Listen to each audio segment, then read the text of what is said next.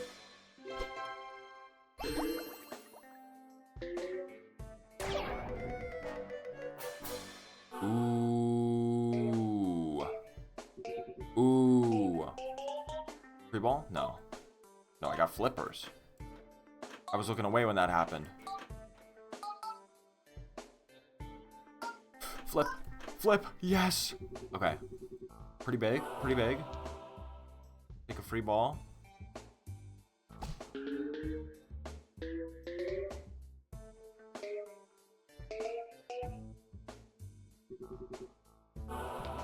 Another free ball. Dude, that triple score comes in crazy clutch. That triple score is actually so good.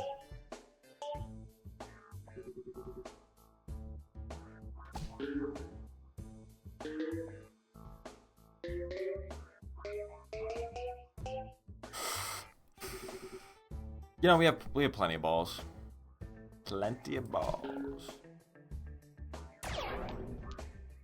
And I'm just like that. Ooh. Whoa. Ooh. Ooh. Ooh. Okay. I'm about to get crazy pointage on this one. Oh, dude. Dude, it's so good. It's so goated. Okay, wait. We've got 2 left. I want the 100K, so I'm gonna get this one out of the way first because it's over here in the corner in a bad spot. I can't help but succeed. Are you seeing this? Oh. Oh, see? Even when I thought that was gonna be bad, I still couldn't help but succeed. Okay. Here's for the buckets. Let's see. I'm tracing the path of the ball in my mind here. I want it about here.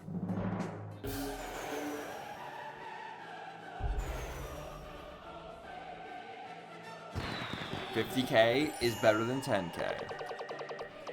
Definitely undershot that, and I kind of thought so after I did it. But hey, I aced the level. So how about that?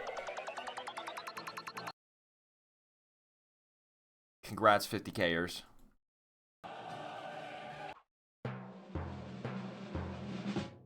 All right. Warren Rabbit has been completed.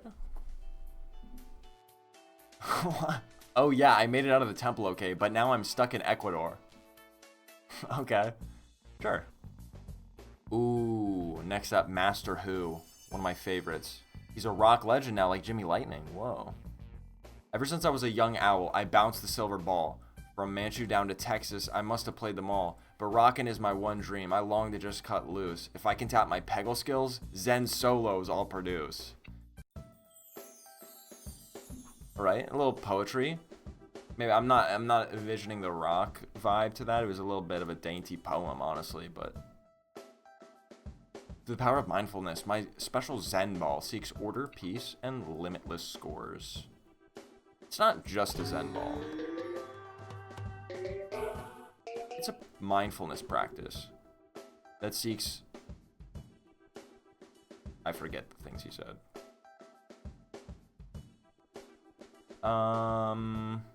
Zen ball. Let's just put it here. Only 150% more Zen. Yikes. That wasn't very Zen. That was my bad. That was my bad. It's prog rock. Just got some random German person to gift me the Peggle Pack LFG. I'm not even going to ask for elaboration on that.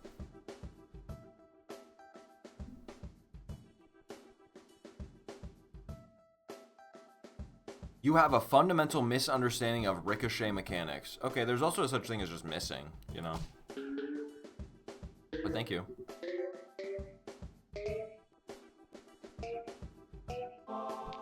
How's that for ricochet mechanics?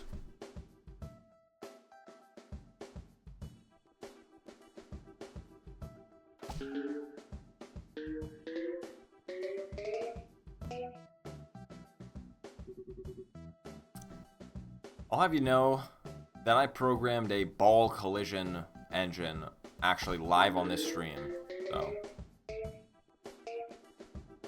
I think I sure do understand. And in fact, I could have made Peggle. I could make Peggle right now if I wanted to.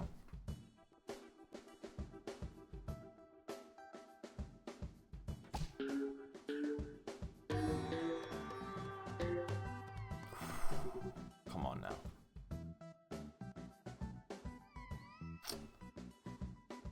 Where do I use a Zen ball here?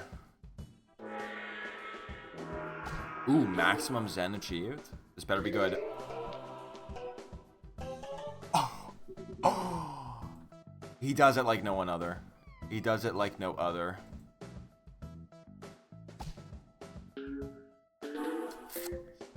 Okay, we'll take that. For sure, we'll take that.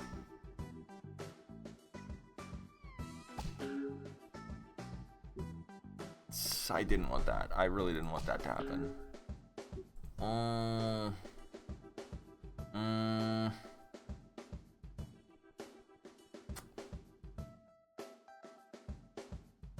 This is tricky. Yes! Yes!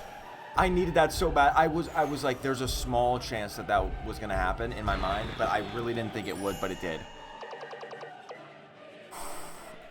How's that for ricochet physics? How's that for an understanding of ricochet physics?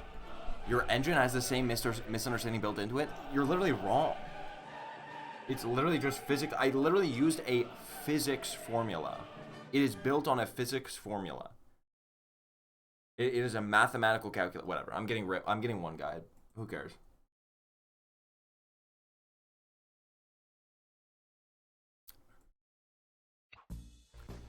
$361 Bs with internet.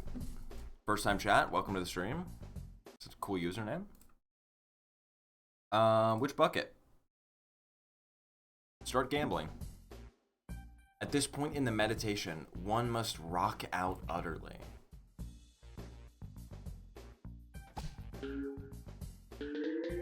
I like this dream version. This is one of my favorite dream versions, actually.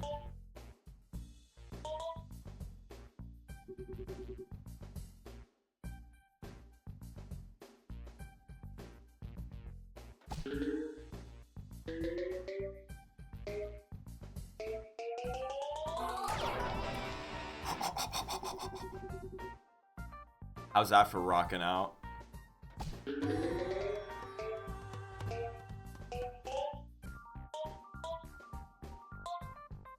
Too easy. All right, this is one of those instances where I don't even know what Zen ball is really gonna do for me here. Maximum Zen achieved. Actually, are we gonna get the free ball? No. Okay. But, oh no, well, we do off points. We do off points. We do off points. That's good.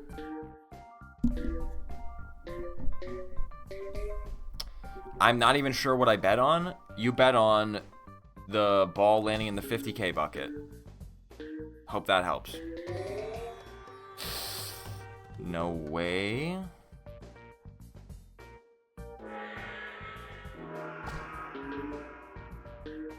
Yeah. Oh, that's so crazy.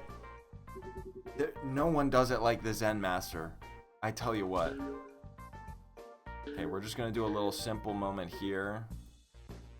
And I hate to tell you, fans, I think this is gonna be, I don't know, there's a bit of a wash, really. But I think yep, okay, never mind. I thought it might bounce off something, but that was straight to the 50K. Congrats, Unicorn, that's what you voted on. That you didn't even realize.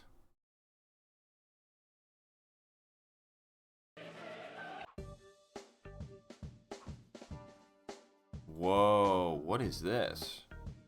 This is some crazy ball movement. Forget the past, ignore the future, just sing. Anyone want to run it back for a third time?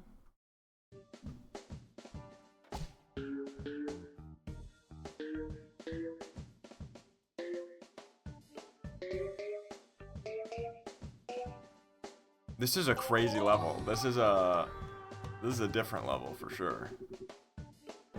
Let's do something up here. That'll do. That'll do. That'll do. That'll do.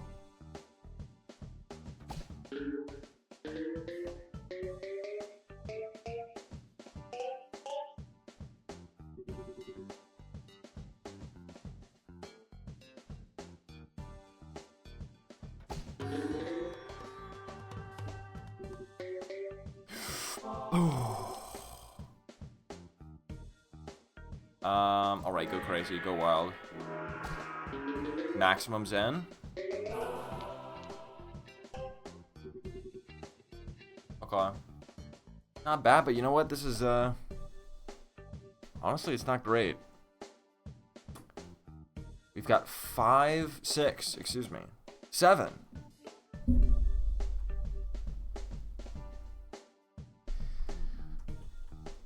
Seven balls, 7 pegs. And some of them are behind things.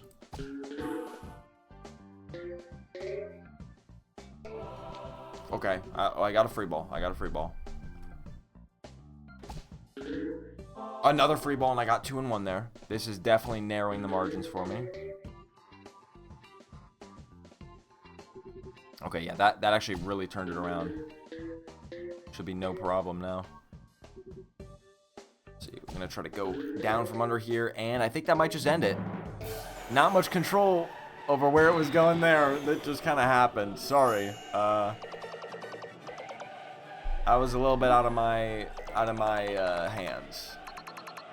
Whoa, his boots are like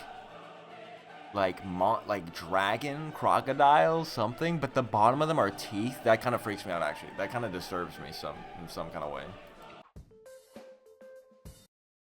10K. Surprisingly, there was a pretty even split, even though, statistically speaking, 10K is the most likely option. Being and oneness. Seeing and funness. Whoa, the whole band is here. Look, it's Tula on the drum. Oh, okay, Tula's my favorite character from this game now. It's official. I'm gonna start like rocking a Tula profile picture. #1 Tula fan type stuff. Tula Peggle fan art incoming.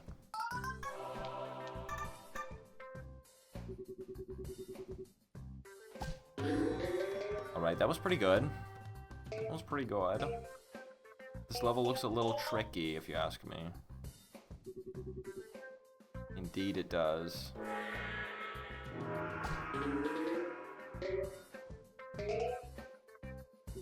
Kept losing on 10K. You always lose until you win. That's what they say about betting. Who's with me? Give me 2. How did it skip over that last one? Ain't no way. Ain't no way. Okay, 3 remain, but they're in tricky spots. Wow, lucky. Unlucky. There we go. That's what I needed. Now, I gotta get this one in the corner somehow. Okay. Genius right there. That was intentional. You don't even know how a ball ricochets. Yeah. That's what I thought. Wait, how am I gonna get 10K? There's a giant ball blocking it. I didn't even think about that until now.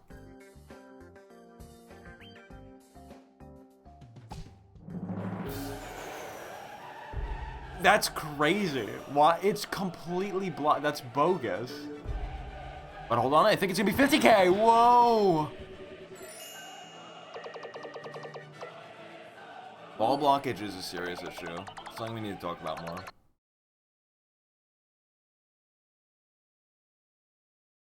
$50K, majority won there. Can you believe it? We're already on the final level. Just absolutely, I think I first tried all of these. Just breezing through it. Speaking of first trying all of them, will I first try the last one here? You know what? I misspelled yes. And you're just going to have to accept that. Okay, just one more. But only because you guys are the greatest fans in the cosmos.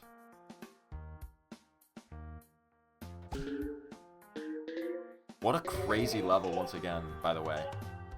I'm a big fan of these levels. These are some wild levels. Just serious ball movement all over the place.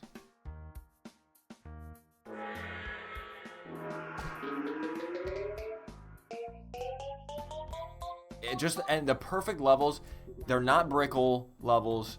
They got tons of pegs, lots of angles, perfect for the Zen ball. I mean, they were cooking when they designed these levels. There's no... That was one of the worst turns I've ever seen in my life. And unluckiest.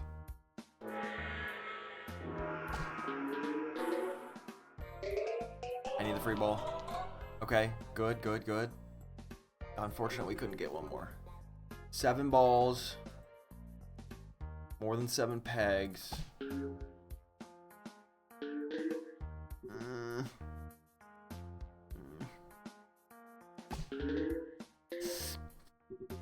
Not good, not good, not good.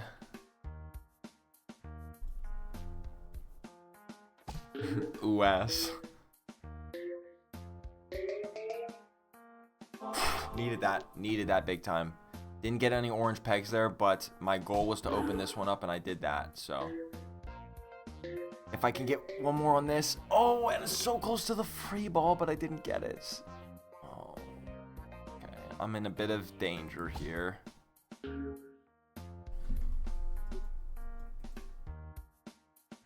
That was the nail in the coffin.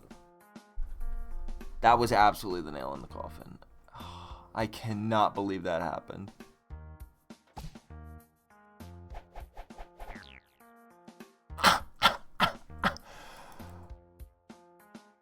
No way! This game is trolling me.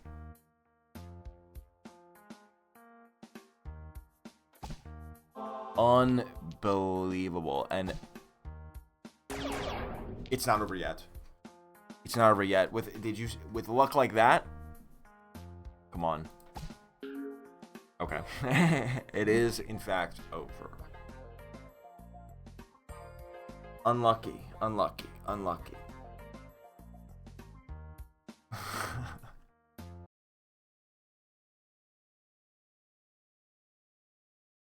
I just like to throw you all for a loop sometimes. Second try, though. Second try, though, is a different story.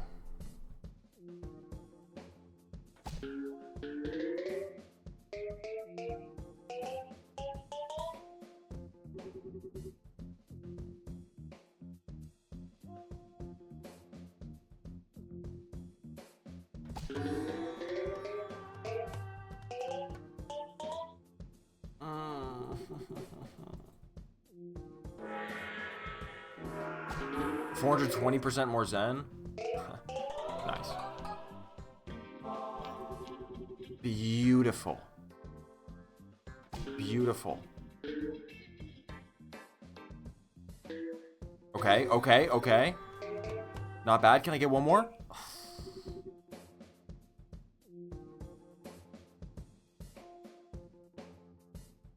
What am I gonna do here? There's not many pegs left, actually. Oh, and it took care of some of the most difficult ones for me. Look at that.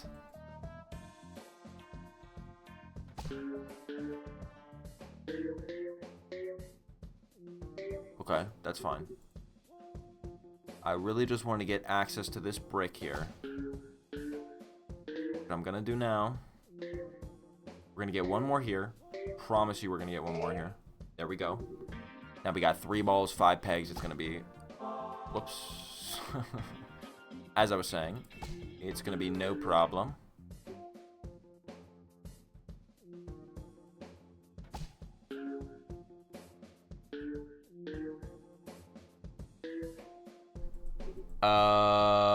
Wow, that's actually a ball that's in a really bad spot. That's a peg in a really bad spot. Don't go that way.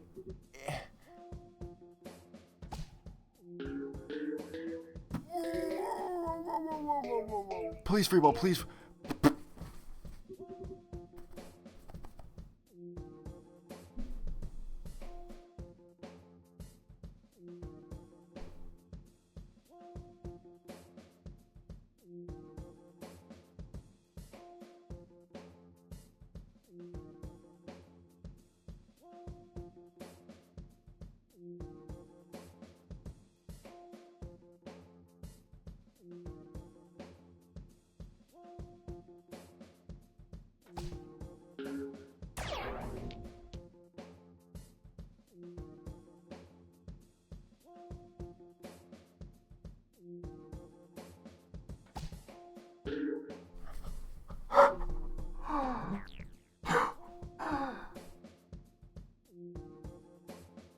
I did everything I could.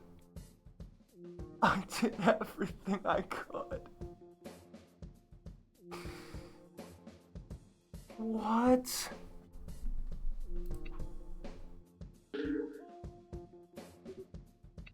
I waited for the bucket to be there. I tried to time it so that if it bounced through, excuse me, I would get the ball back. But look, it bounced off this one to the right, up, down, and up again. So it took so long, it kind of stalled there for a second. So then the bucket moved out when I could have gotten the free ball. I mean, I did everything I could there. Bruh.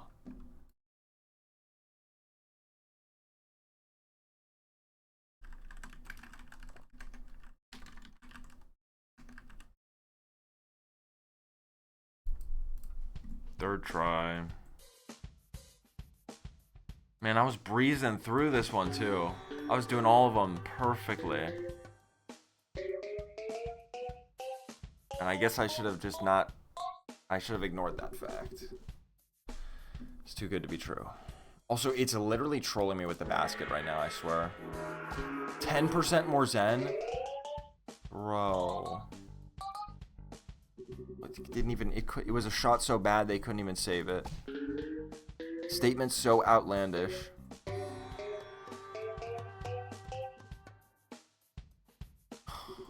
This doesn't feel good. This already does not feel good.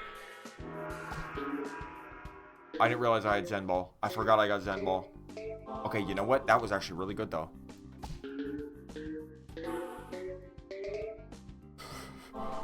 Okay. Here comes the luck I've been needing. Give me something. Oh, what?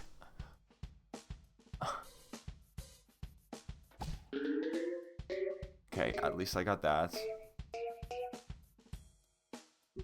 Dude, it's like, it's actually trolling me. It's teasing me.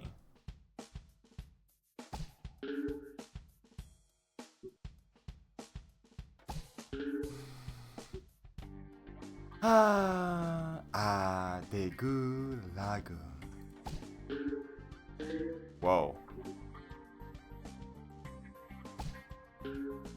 That bounced crazy style for no reason. Okay, anyways, well, it's been fun, guys, but I guess it's time to wrap it up here. In 3, 2...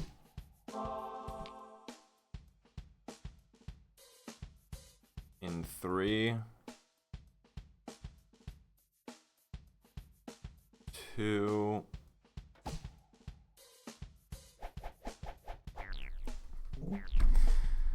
I tried to bounce it off the side and get, whatever.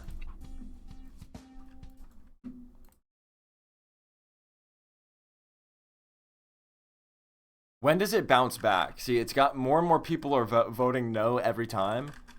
But obviously, I'm not going to lose the level forever. So when is it going to bounce back and people are going to start voting yes again? Because there's no way I just keep losing.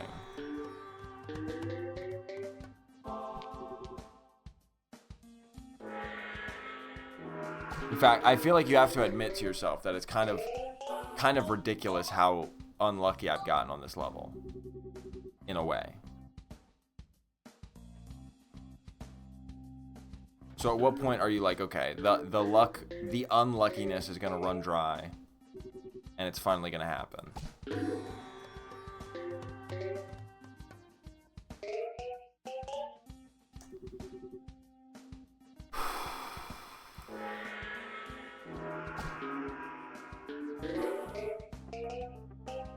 Okay. I don't know about that. I know about that. That was better than a Zen Ball. Whoa.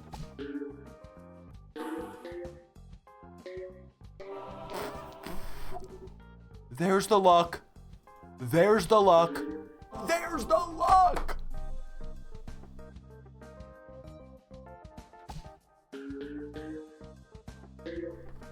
Yes. Yes. Hold on, who voted no? Who voted no? Everybody. Everybody voted no. Okay. Interesting.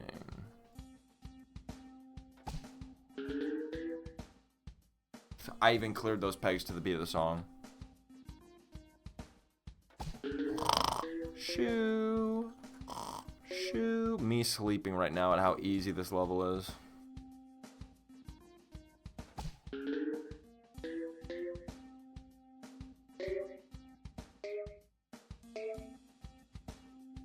Ain't.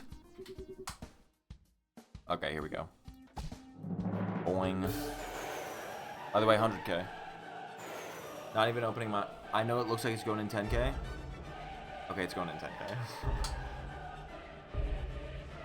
Is what I would say if I was a doubter. It's going in 50K.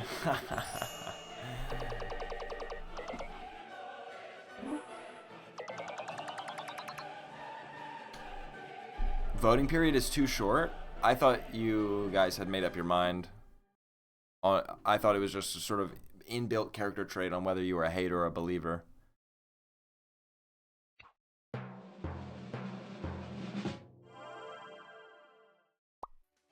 My bad. My bad, guys.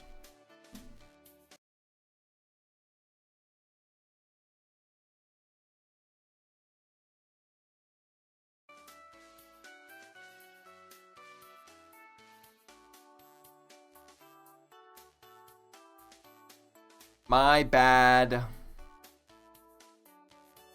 I just missed what he said. What did he say? Somebody run it back for me. Something about enlightenment and concert tickets.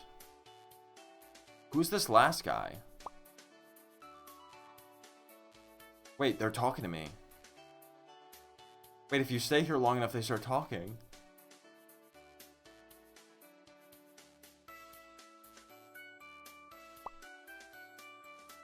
Lork, portraiture brings out the best. Who is this? Am I forgetting one of them? No, it's a new one. Whoa. That's right, because the other one was like a mix of all of them. Wait, we have a new master. Marina. Have you ever gotten beat? Have you ever gotten beat? Have you ever beaten a shark at Peggle? I have. They get so mad. I spent 6 years developing my electro bolt power. It zaps every peg in a line to the free ball bucket. Even the two worms agree it can't be beat. Now I gotta find the Peggle Institute. I want my diploma. The sponges say the way is perilous with dangers galore. Well, those glorious dangers had better watch out, because Marina's on her way. Alright. Got a little seaweed action. My electro bolt power zaps a line of pegs from the first peg hit to the free ball bucket. So, this is interesting. Is it even a dream, or is she just... Is she real, or is she a dream, you know? Let's bet on this, dude.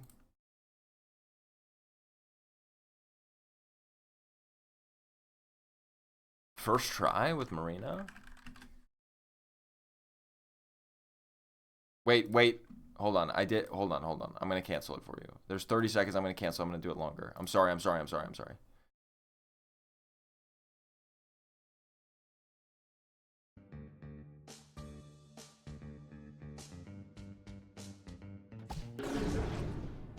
What a sound effect that is. It sounds like an electric fart. Wow. Okay, yeah. How about that? Look, it's such a cool effect, too. It shows you. That's interesting. It shows you the path that it's going to take. That's wild.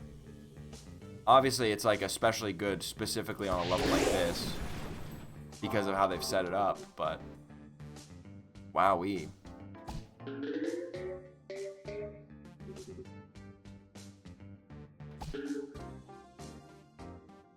And despite everything, I still don't know if I'm going to win, actually.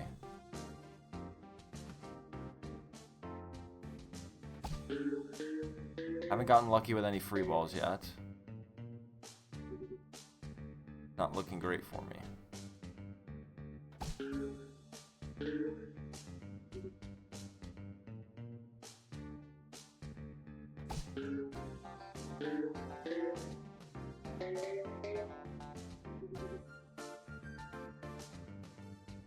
Her center-facing sprite looks kind of rough. That's what I was thinking. I kept doing this because I was just like, looks a little freaky there for a second. I can't really tell, but also,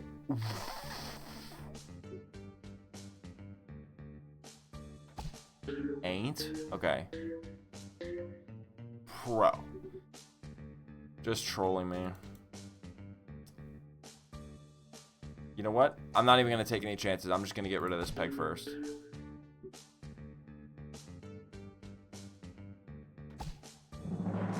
Okay. There we go. Easy first try. I mean, you guys should have known I would get it first try. It's the first level. Come on. It's the first level.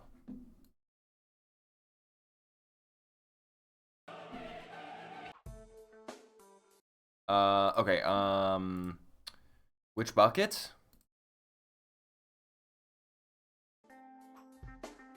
Don't eat me, old monster. I'm rubbery and I taste like mercury. That used to be my catchphrase. That sound effect is just crazy. It really sounds like cartoon zap sound effect mixed with reverb fart. Look at this. This is such a interesting power-up.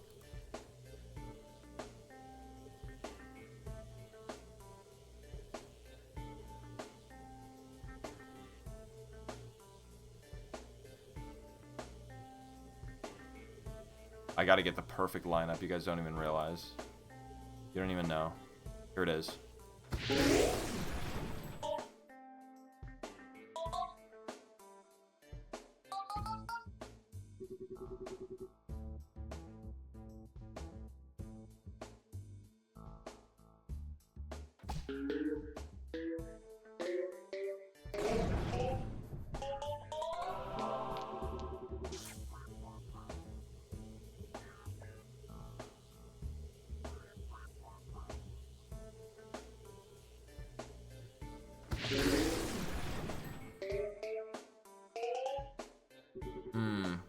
That wasn't the greatest.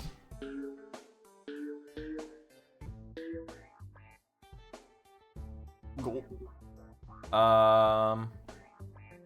7 pegs though, come on. Or 7 balls and not 7 pegs. This is gonna be no biggie.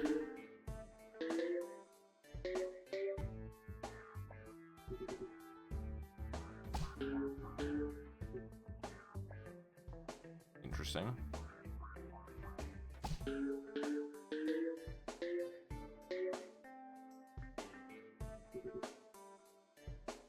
Wait, can I get... I didn't realize there was a ball.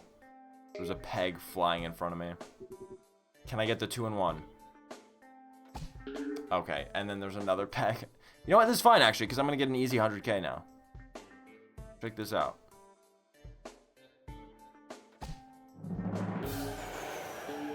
No! No way! Unbelievable! It was the corner of the brick, man. It was the corner of the brick.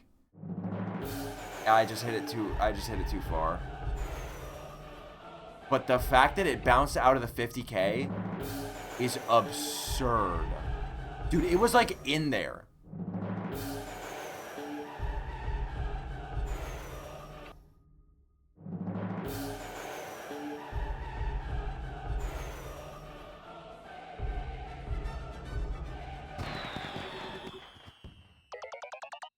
Misconceiving again? Are you talking about the look?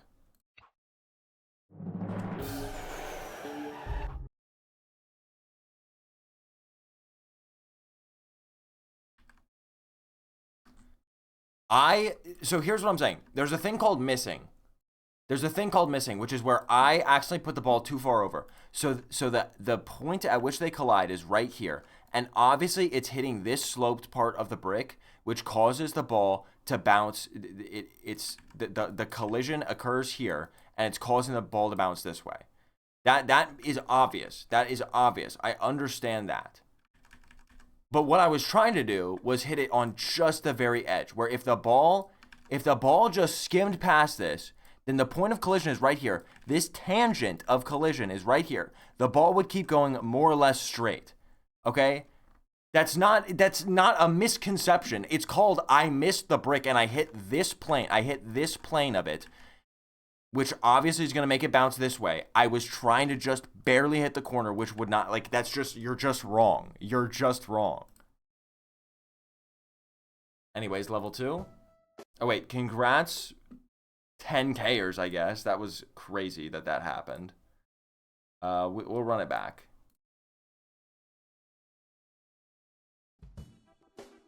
The deep, glowy, cold, and mysterious.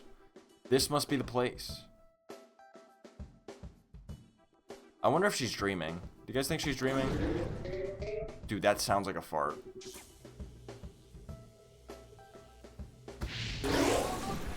Shock it to me.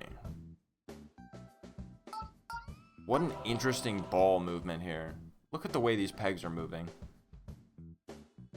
Look. It won't, it's, wait. I was afraid I got stuck there for a second. He really likes the Lore Cinderbottom voice. Yeah, I find myself slipping into it accidentally from time to time. Just in my real life. Like I said, I'm just in a very British moment of my life.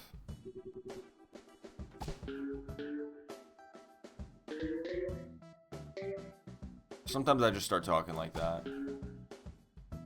Okay, well, that was horrible. Oh, that was also horrible. Nice.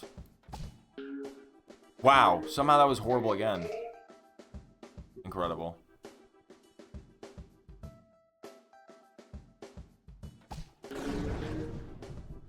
But this next turn, though, check it out.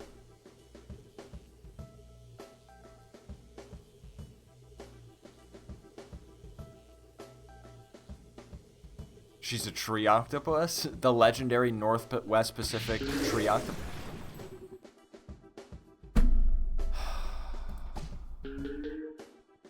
Whatever. I give up. I can't even give up.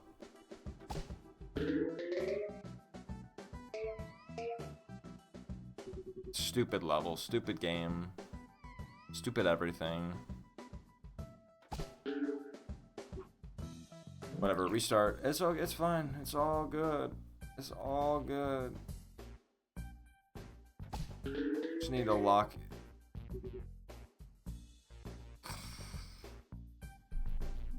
What up, Uncle? Wait, Uncletty Pet Shirt. What up, Uncletty Pet Shirt?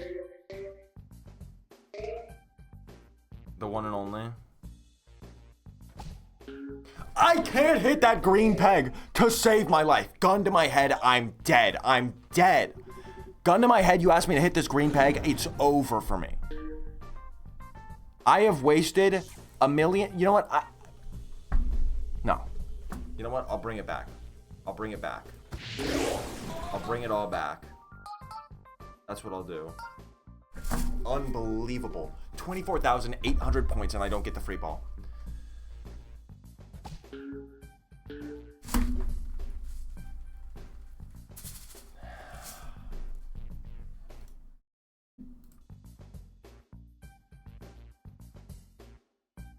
Northwest Pacific is crazy. It's called the Pacific Northwest. Are you guys just trying to rage bait me? Like, what is happening right now?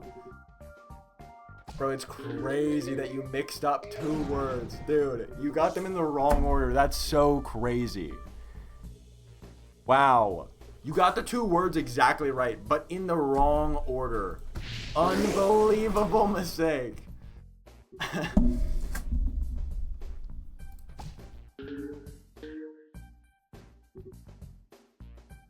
I'm so, no, you know what? What's up, guys? It's JamLab Plays.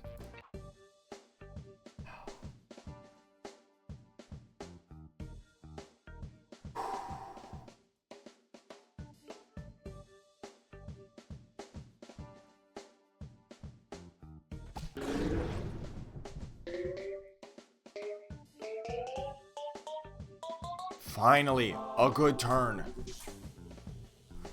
Oh, there we go.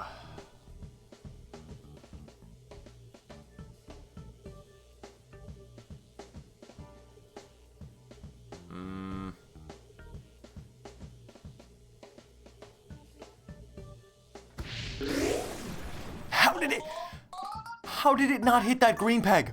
What? It made a line through everything except that one. Dude. It's like so crazy.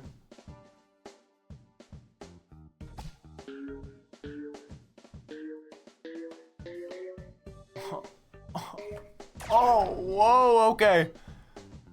Okay. It sucks because in this level, like, it's like I need both of the green pegs in order to get both these sides. Because they are it's a nightmare. I mean, it's just a convulsing glob land. Okay? But now I've got this green peg that, you know, a fat chance I'm ever gonna hit it. Fat chance I'm...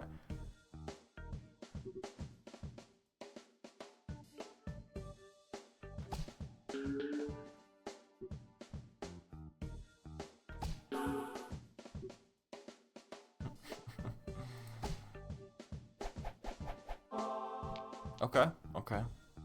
It showed mercy on me there. Anyways,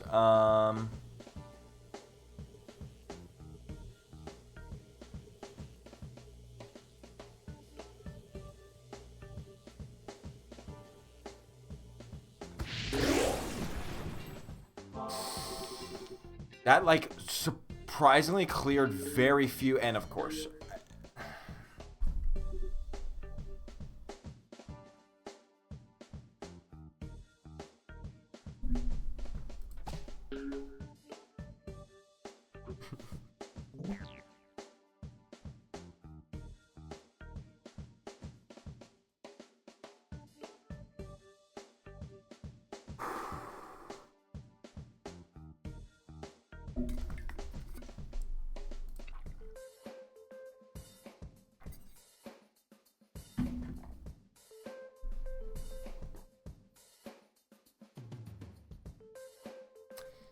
Yeah, Balatro is something I will play sometime for sure.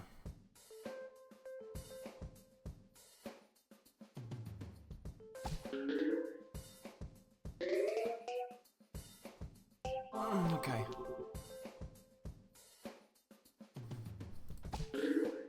This level is just an actual nightmare, though.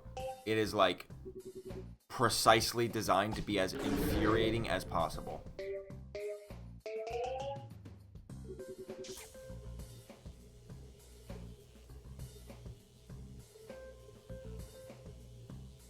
Might.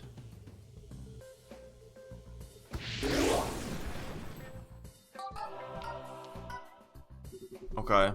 I'm not even gonna let myself feel even just the not even gonna allow myself to feel any ounce of joy because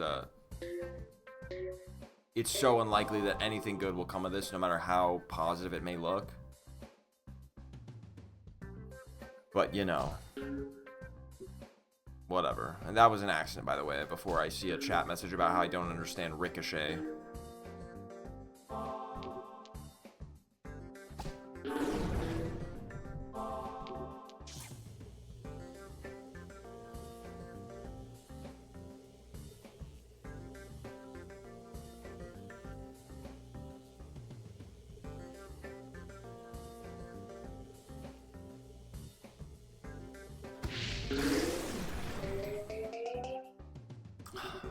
I only got one from that. Okay. 3 balls, 3 pegs.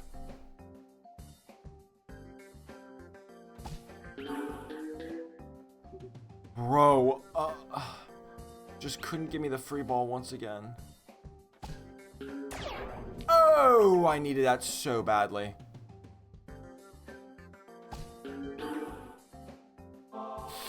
Yes. Oh, yes. I don't even care what bucket it lands into. 50K will take it. Oh, nightmare level. It's not, this is not a dream. This is a nightmare. And it's finally over. Unless you voted 50K, or unless you didn't vote 50K, then I guess you're still living in a nightmare. Anyways, since that went so poorly, let's vote on first try next time. What do we think? First try next time? Also, Unicorn made something. Is it going to be Tula fan art? No. No, perhaps even better. They're saying it might be even better. A Peggle shot so bad even the Zen Master couldn't save it. That's a classic. You know, that could become an emote even.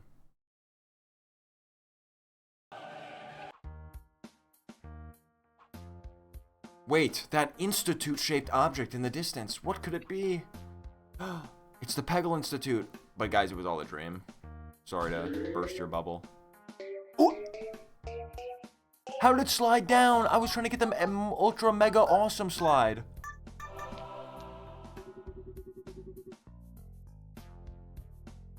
Bro, I missed my chance at the ultra mega awesome slide. Alright, that was a pretty good slide.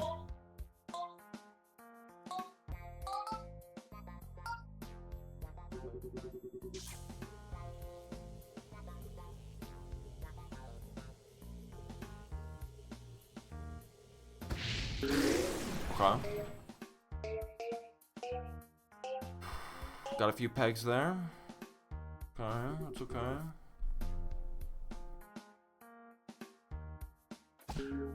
Really?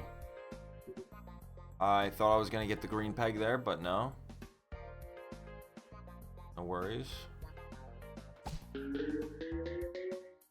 Okay, we got it that time. Okay.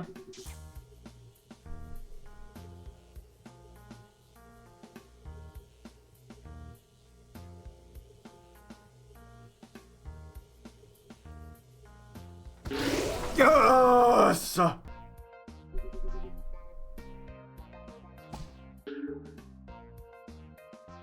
Will I get the orange peg? Yes! And another free ball. They're calling me the greatest. They're calling me the greatest.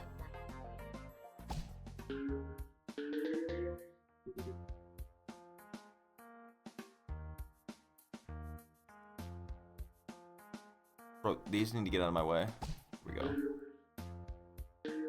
Alright. And that's gonna be it.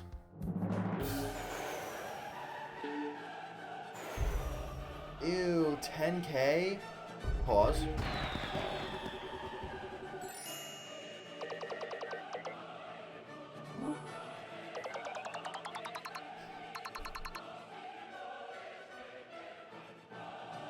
First try. One more first try. Final level. Final level of the whole game. Am I dreaming? If I wasn't so squishy, I'd pinch myself. I feel like that's a better reason. Like, I feel like if you were squishy, then you can pinch yourself and it won't hurt. But anyways, I think she is dreaming, guys, which is really sad. It's almost sad. She made it to the Peggle Institute. She got her diploma, but it's all a dream. Isn't that kind of like? It's one of those dreams you wake up and you're disappointed at what could have been. One of those dreams where your life is like perfect and everything's going right. And then you wake up and you're a chud. Ain't. No way. Oh, we'll take that. These lightning bolt shapes, though, are proving to be a little bit difficult to deal with, I will say. I just can't get in there.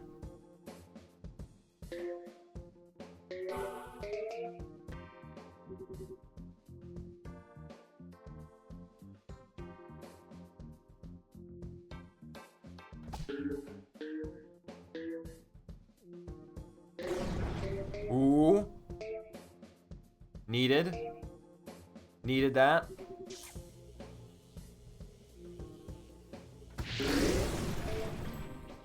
Big. Big.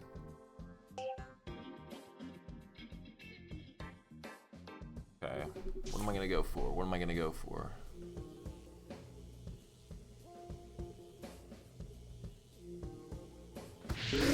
Huge. Huge. That's exactly what I wanted. And we get the free ball. That's big. Let me just bounce this way over. Yes! Oh! Roll it back. We bounce. We get the orange peg, land on the bumper, and somehow clip it on the way down. Clip the orange peg and with the free ball. Come on. Oh. 3 pegs remain. 2 pegs remain. 0 pegs remain. GG. That's a first try right there. Oh, only one level gave me trouble.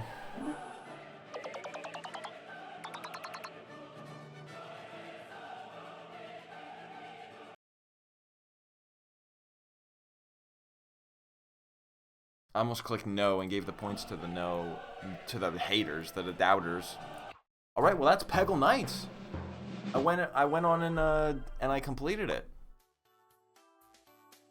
Yep, I'm a Peggle master for real. This snazzy portrait proves it. Oh.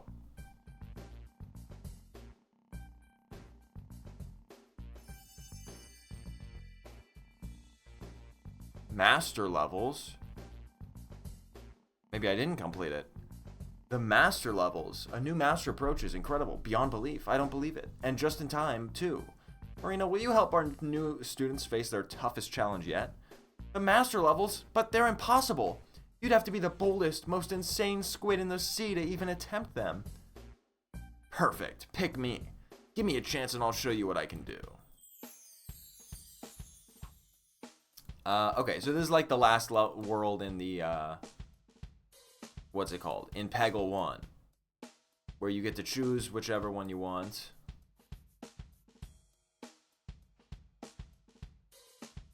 Cool. Well, I guess that's where I'll end. That's a good spot to end.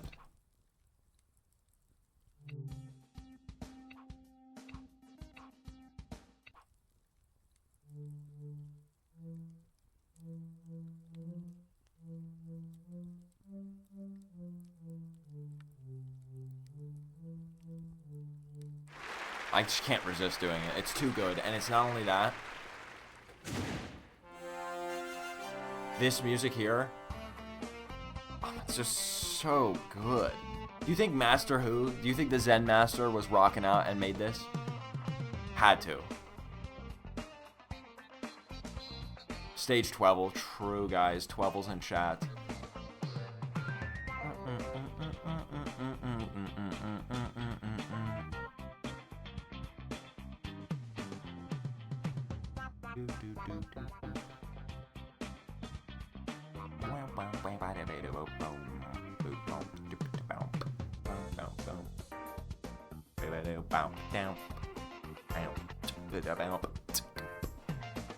Anyways, so you guys saw how mad I got at that game? Now imagine if I went and played Jump King. Imagine the crash out that's incoming. I already got my blood, my blood pressure already was rising. Dude, wait, it's actually just been the rage bait stream. First the Tetris, I destroyed everything behind me. Then the Peggle, and now now Jump King? Don't play Jump King? Why?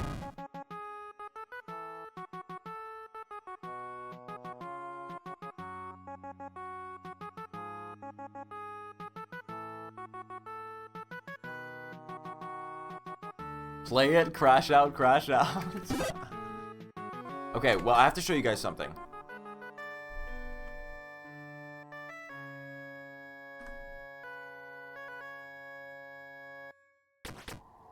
I did make it back up here. I played a little off stream just to make it back up. And I'll have you know it didn't even take that long. Turns out if you take a little break and then you come at it with a calm mindset and patience, it's not so bad.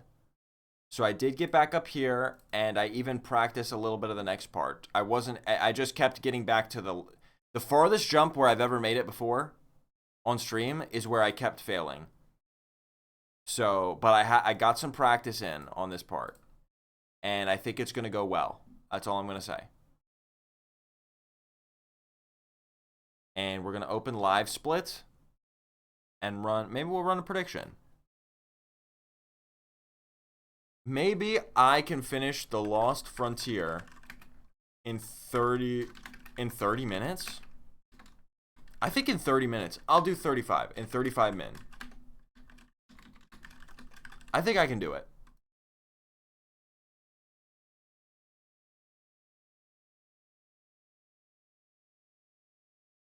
And let's go ahead and get started.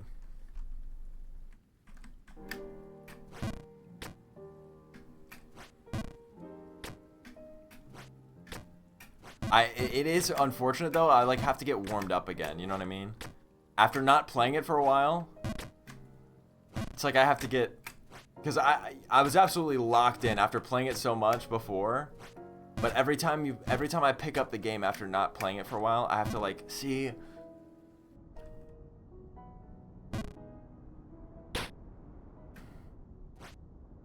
Dude, it's just actually hilarious. But you know what? This will be good. Like I said, I need the practice. I gotta re-warm up my jumping skills. Genuinely, it's like the muscle memory. It's such a specific thing. It's hard to like. You just have to redevelop the muscle memory. You have to warm back up. And this will give me a good chance to do that. So it's okay.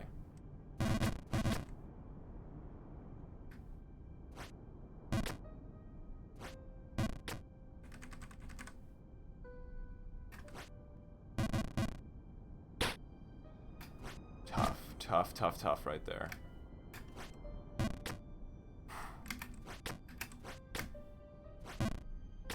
This is good, guys. Seriously, this is part of the process.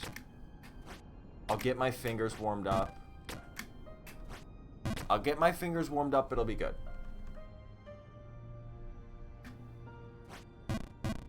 Really?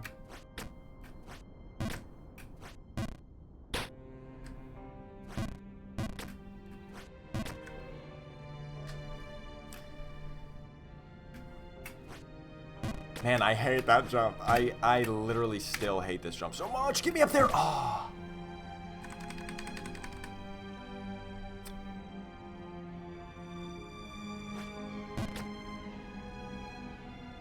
So how's everyone doing?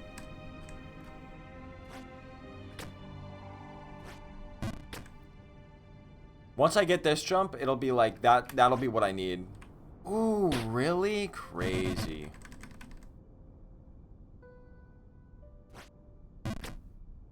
This is what I need to just lock in. Just getting this jump once, and now I'll have the feel for the game.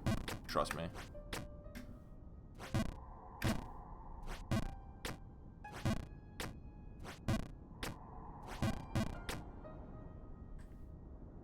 Like if you think you're messy. Like if you think it's messy. Subscribe if you think it's Ronaldo. True. That's the thing I've been saying since way back in the day. Wait, guys, who do you think is going to win the World Cup? Like, if you think it's Messi?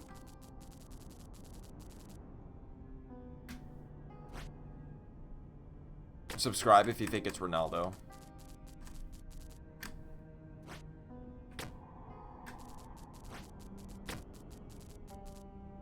Guys, is Japan going to win the World Cup this year?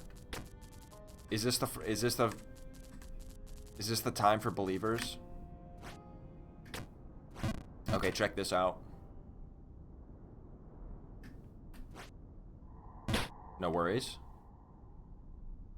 No, Lamau? Yeah, you're right. Guys, is France gonna win the world? Oh my days. Soyo Sweep, you distracted me. No, I'm just kidding. Thank you for the Soyo Sweep, you distracted me. This is all your fault. Soyo Sweep with the... What is this now? 15 gifted subs for today? 16? Unbelievable.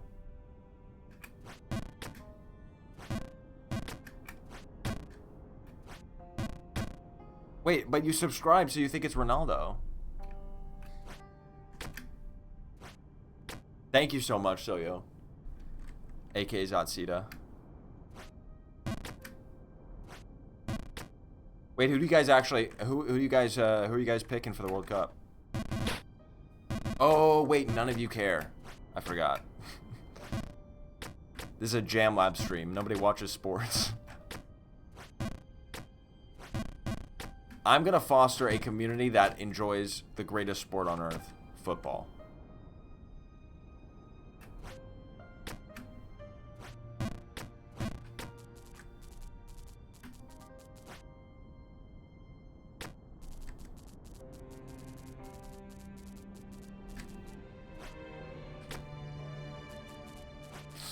Ooh, okay.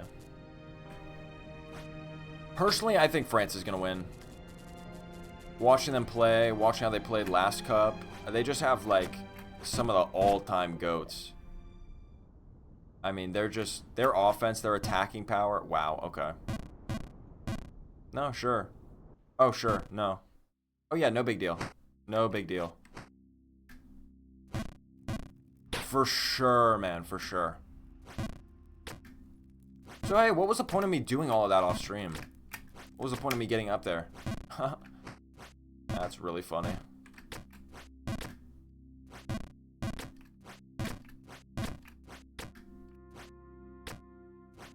It's okay. Like I said, this is warm up that I need to get sort of reacquainted, to get that muscle memory back. This is gonna be this is important for me.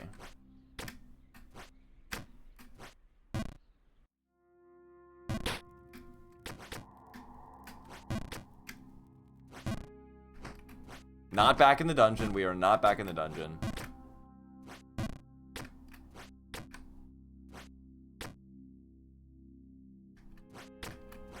Oh yeah, Johnny, I'm gonna have to refund you. I can't hack the sack.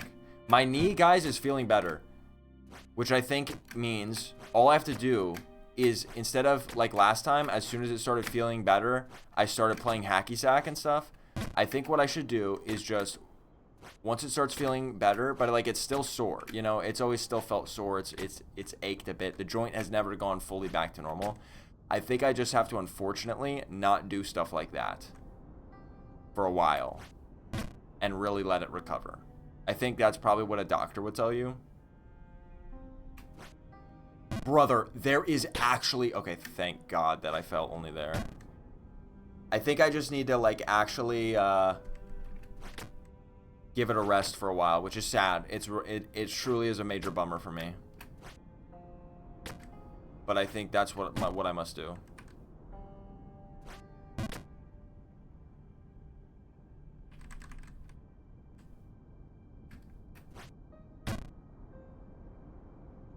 Keep away from a hacky sack for a long time. It's like telling a kid to keep away from a candy or something, you know? You can't... I just can't do it. It's sad. But not only that, I wanted to get back into my running routine this summer.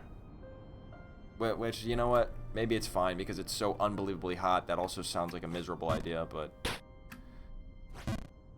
I wanted to get fit and active a little more this summer, and I tried jogging before and I could do it, although my knee hurt after. So like I said, I think it's one of those things I'm gonna have to just not do for a while until my knee can like fully recover. But that's like so sad.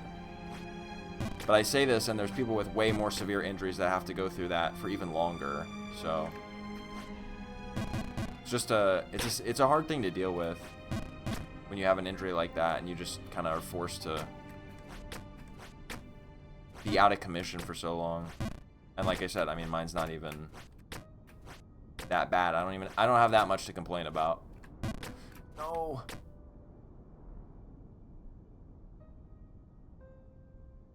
Suggested a weird video? Okay. Once I get to a stopping point, I'll check it out.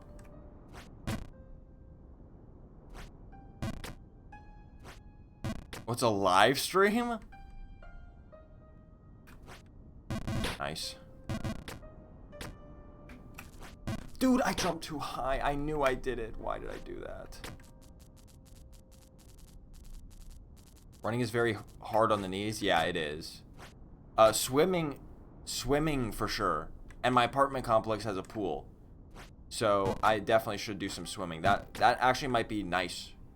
That might actually be like good for my joint. For my knee to recover.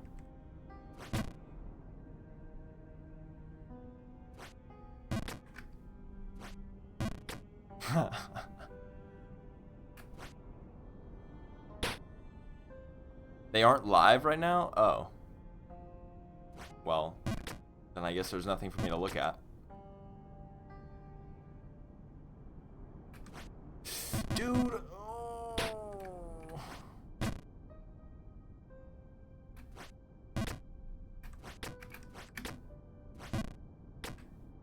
Yeah, swimming is good in this weather.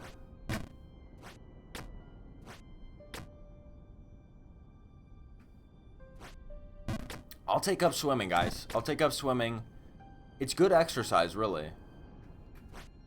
I'll do that, and I'll let my knee heal.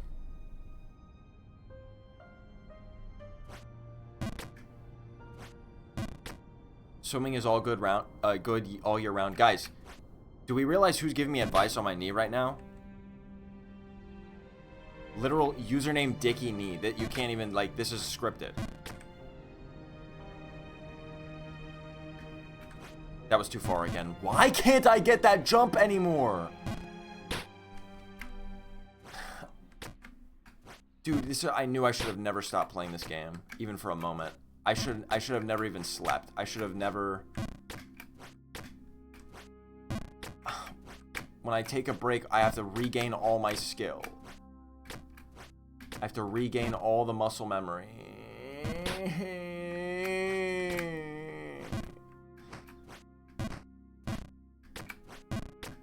It's all gone. Literally yesterday when I was getting back up there, I was just flying through. I mean, I was flying through it. I was even doing the that was just an accident. Nice.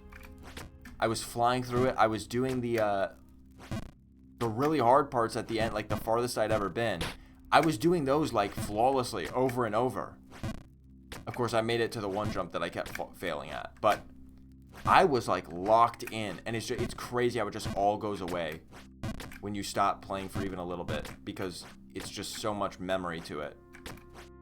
Muscle memory of how long to hold the jumps.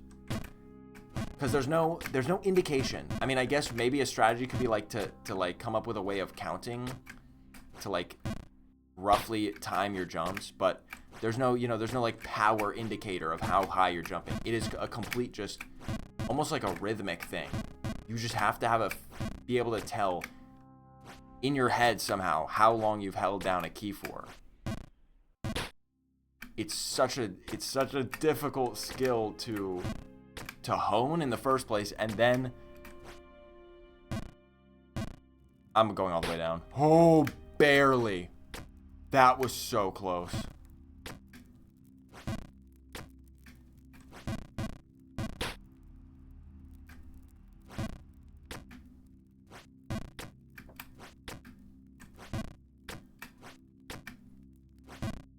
Gambling jackpot? You know what? Just for the doubters, I'm gonna make sure to do this.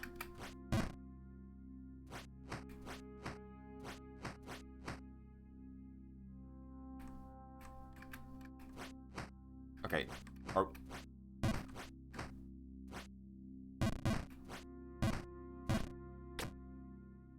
Apparently he has knives on the live stream. Am I allowed to show that on Twitch? Wait. Can you elaborate on what that means, actually? What am I gonna see when I click this? Like, is this an acceptable thing to watch on a live stream? I mean, I know it is a live stream, but I don't really believe that YouTube I don't believe in YouTube's moderation all that much, if you feel me.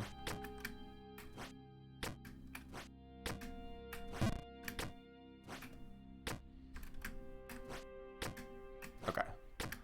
What are you doing? I'm locking it.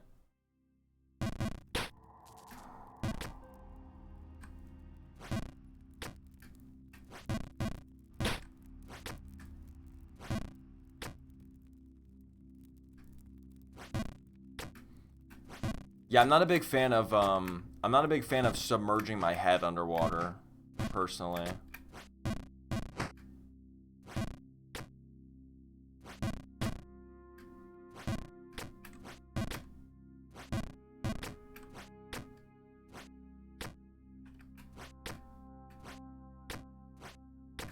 Dude, pool at night. Swimming at night is goated.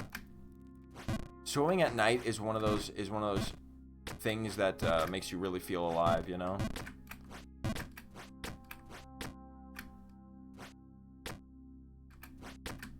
And in the rain as well. Both of those things. Maybe swimming just makes you feel okay. I'm going nonverbal for a few minutes.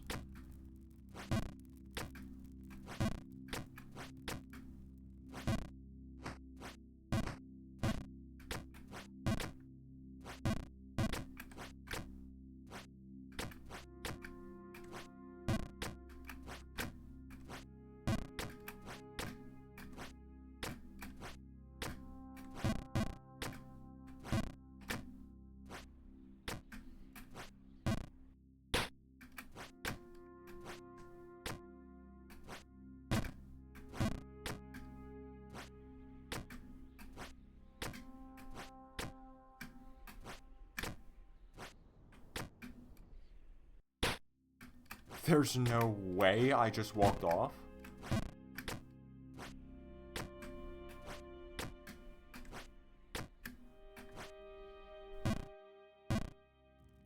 No, no, no.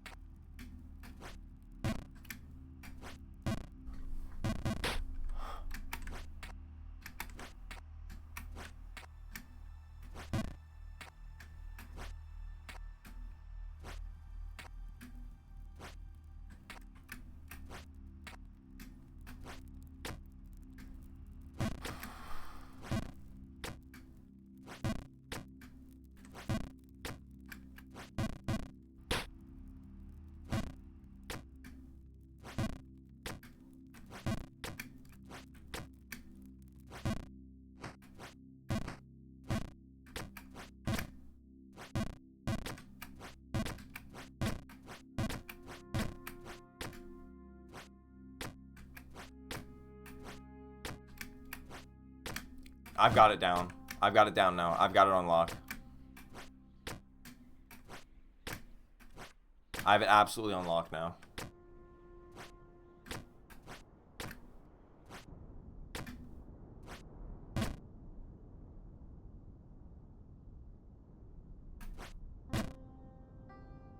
Okay, okay, okay.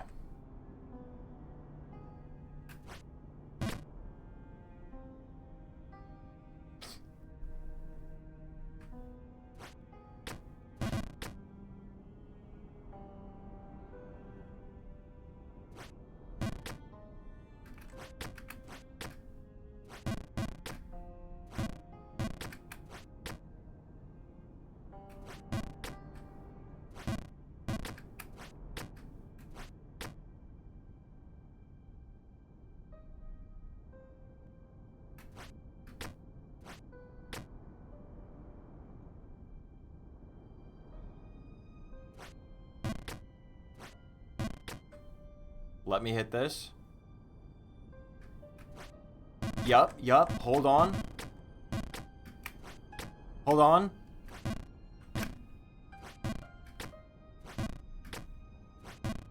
Are you holding? Are you guys holding? Are you guys holding?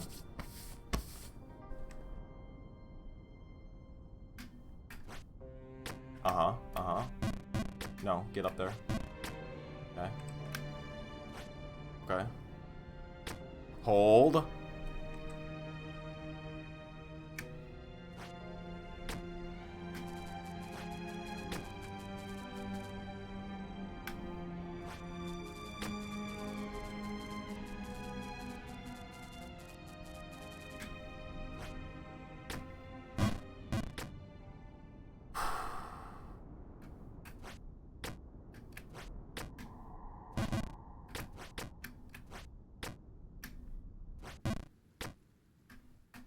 Okay.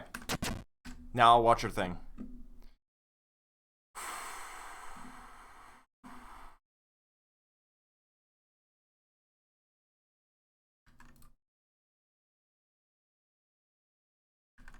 I'm just like that, guys. I'm just like that.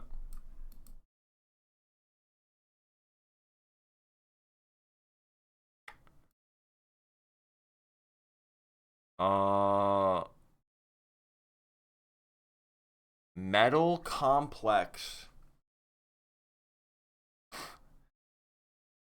Wait. So it's a live stream that's just an image? Oh. Side of a super nice golf course Oh, wait, no. on near Lake of the Ozarks. Everything was... Wait, what? Can somebody help me out?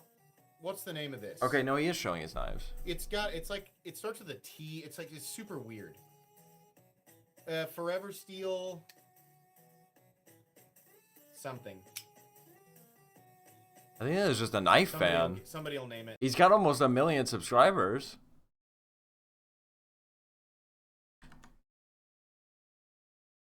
Okay, that is quite a thumbnail. That, I will say, that is quite a thumbnail right there. No, that, okay, yeah, the live stream thumbnails are crazy. Oh, wait, they used to be a lot more normal. It used to just be a picture of his knives. Now he went crazy with it. Now it looks like Vietnamese gambling. Yeah, it looks like just a knife collector, though. It just live streams and he talks about his knives.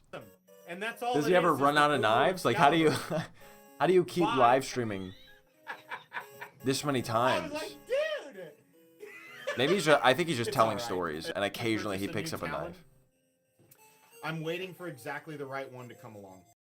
I think he's just telling random stories while occasionally showing a knife. Awesome. And I guess he gives some of them away. He has a Patreon. 1,400 paid members. Yeah, no, this is a knife collector right here. Case closed. Okay, let me try not to clear this timer. Resume. There we go.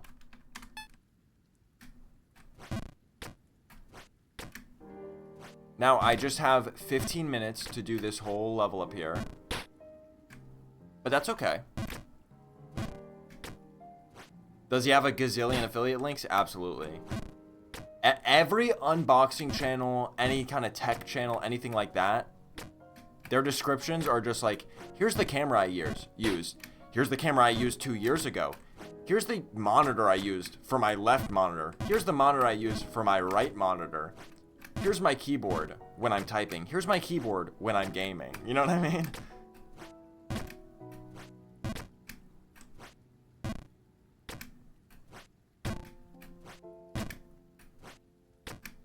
Here's a link to the shower curtain that I used when I was a child. Here's here's a link to the sleeping bag from the camping trip I went on when I was 14 with the Boy Scouts.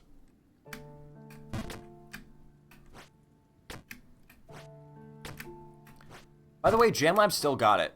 Ooh! Anybody see that, though?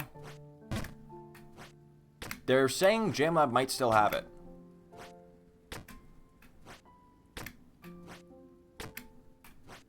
What did I tell you about being locked in on this segment?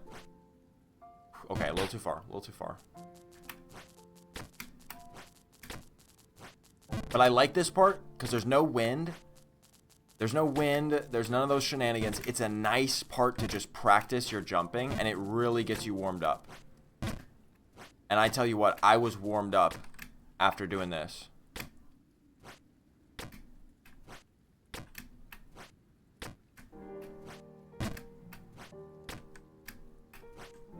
Dude, a little too far. Okay. Oh! No. Oh, I thought I missed it. Shoo-wee.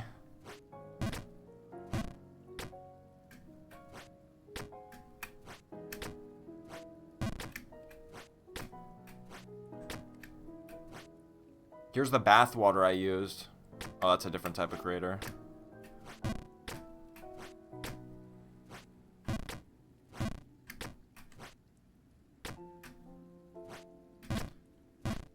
Would you guys buy my bath water? That was a joke. Don't answer that.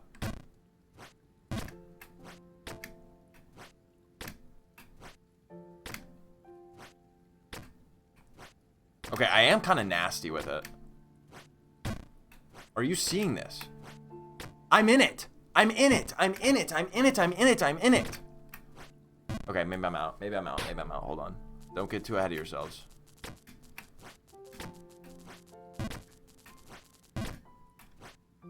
No? Okay, I mean, I thought you guys liked me, but whatever. Don't...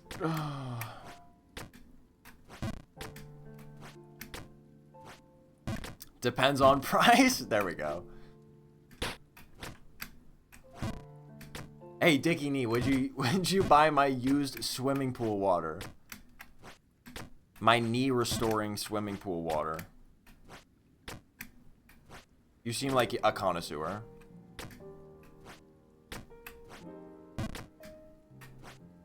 Whoa, way overjumped that.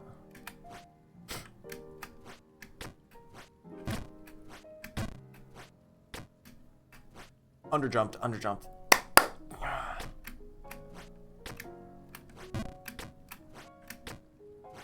Chlorinated? Yeah. So it's disinfected and everything. It's all good. All good to go. Or are you like a non-chlorinated pool? Or are you like a lake swimmer? Natural, organic? I'll take all the brain-eating amoeba. I'll take all the algae. Ooh, what am I doing? What am I actually thinking right now? Okay. Let's get serious, guys. What are we doing? What's going on?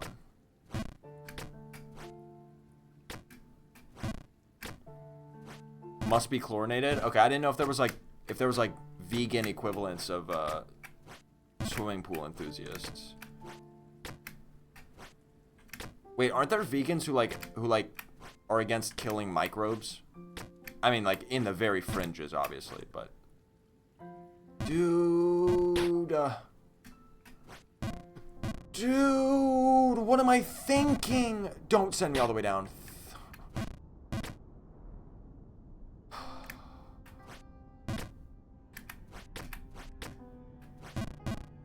I just did it. Oh, lucky.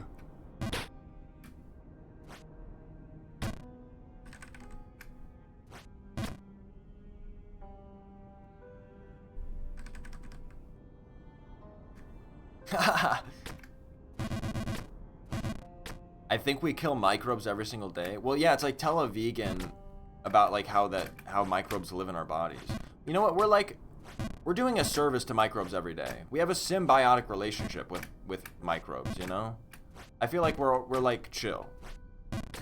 But I don't think vegans would defend like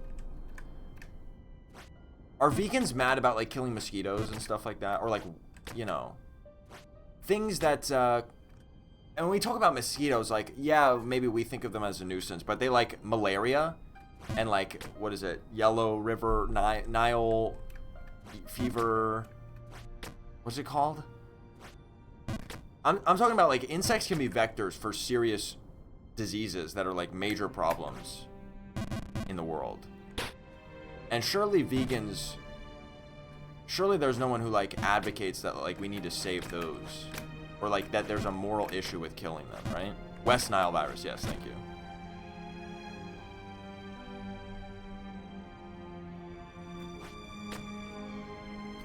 But even beyond, like, even beyond that, I'm sure there's some, like, okay, take, like, invasive species.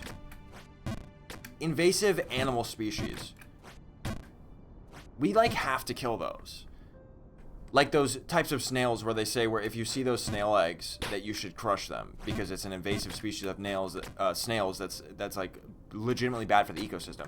Then it's like you get into utilitarianism because if your viewpoint is that we need to save everything, not kill anything.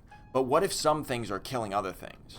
Then do you just say that's nature and you just let it be? Or maybe that's like maybe there's different schools of thought there. Maybe some people are like, my brand of veganism is just that we shouldn't be the ones like tampering with nature. But then there's also the question of like, well, the invasive species got there because of humans. So then are you saying that we need to let nature be as it is at this exact moment of time after everything that's happened? Or should we try to correct those wrongs? But that involves then killing things. You know what I'm saying? Then you're saying, oh, well, like, in order to protect other animals in their ecosystem, we have to kill some others. We have to. I don't think this is getting controversial. I'm asking questions. I'm curious. I feel like it's a bit of a moral, well, ain't no way. Dude, bro, lock in. You voted for me to fail, so why do you even want me to lock in? A lot of people would be dead without clean water. Exactly. Are there any vegans in chat?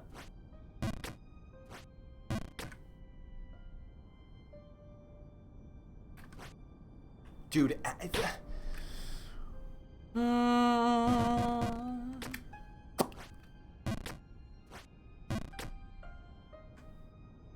most vegans would leave things as they are without intervention.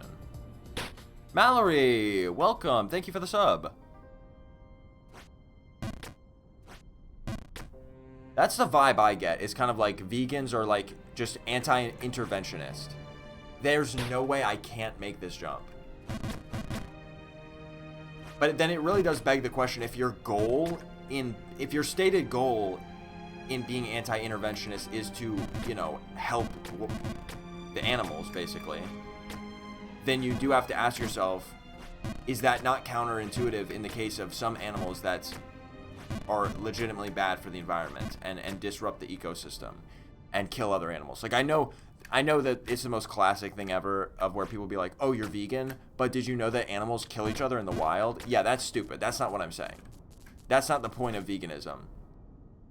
But this, I feel like, is an interesting moral question for vegans. I'm not like trying to debunk veganism or anything. I think veganism is one of those things where I have no idea why people get mad at it. But that's like so many things. But I literally can't fathom why people get mad at a personal choice that other people make. Yes, there's like organizations like PETA that are legitimately evil.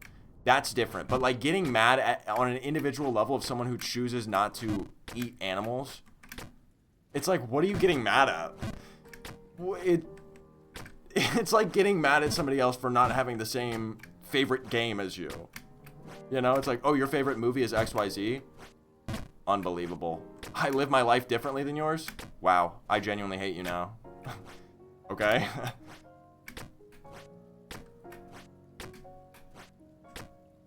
Oh, I'm cracked? I'm locked in? Hold on. Chill out. Too far. Of course it was too far. Don't. Oh.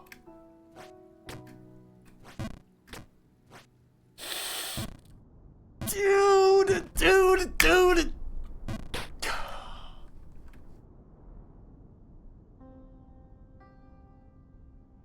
Fringe activists disrupting restaurants and the like. Yeah. And I think that's probably what most people are upset about, which is understandable. Like, if you're going to go if you're like making a scene, like trying to shut down a restaurant because it's serving steak, you know, that's like, okay. That's also like, then you're also just not letting other people live the way they choose to live.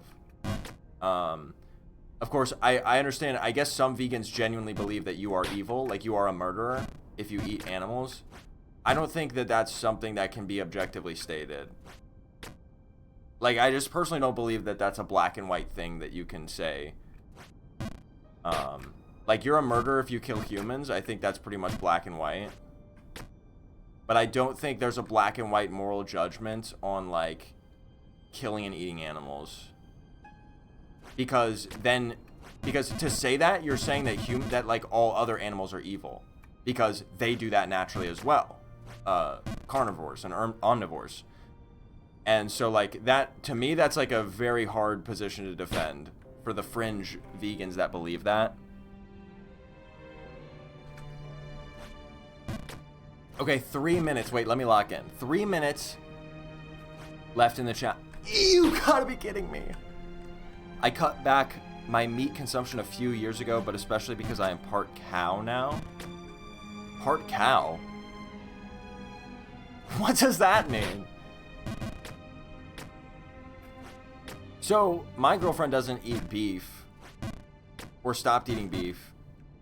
She'll occasionally eat beef now, like in little bites. Like she'll try a little bite of we were at like a hot pot restaurant, and she'll have like a little bit of my, if I order like beef tongue or something, you know. But that was for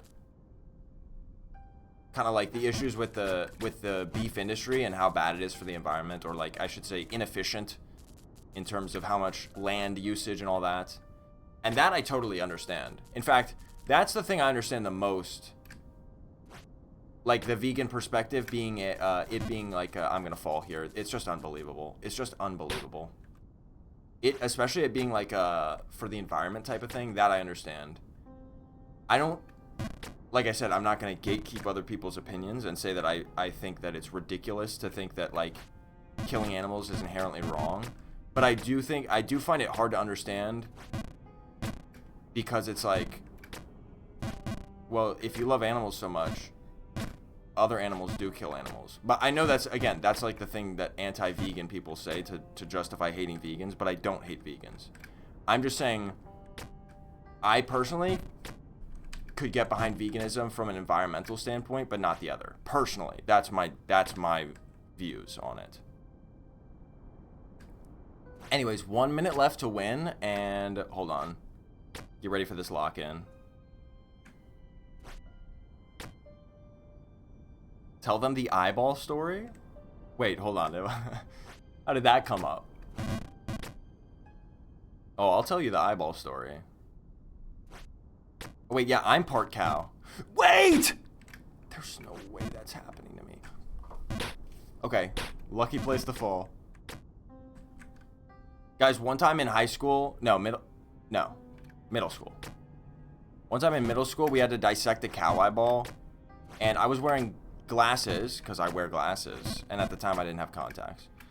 I was wearing glasses and goggles over that, you know, all the lab safety equipment, personal protective equipment, and yet when I poked open the eyeball, somehow, of course they were like sterilized and everything, so they were supposed to be safe anyways, there shouldn't be anything that would kill you, but somehow the vitreous humor, which is the liquid that's in the big part of the eyeball that has your retina and everything, like the main chamber of the eyeball, I don't know what you call it.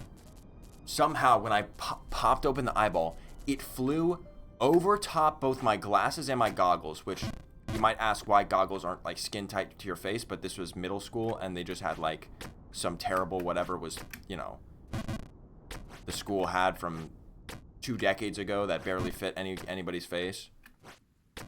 And it flew over both layers of my glass, like a perfect arc, over both layers of glasses and goggles, and it went into my eyeball. Just a little droplet of it, but it went into my eyeball. And I went and told my teacher, who was like, you know,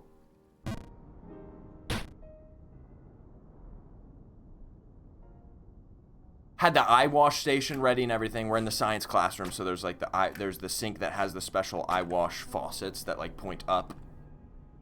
And I go over and I'm like, because they told us this is procedure, you know, if anything happens, you got to go to the eye wash station. So I was just following instructions, and I go over and I'm like, hey, it got in my eyes.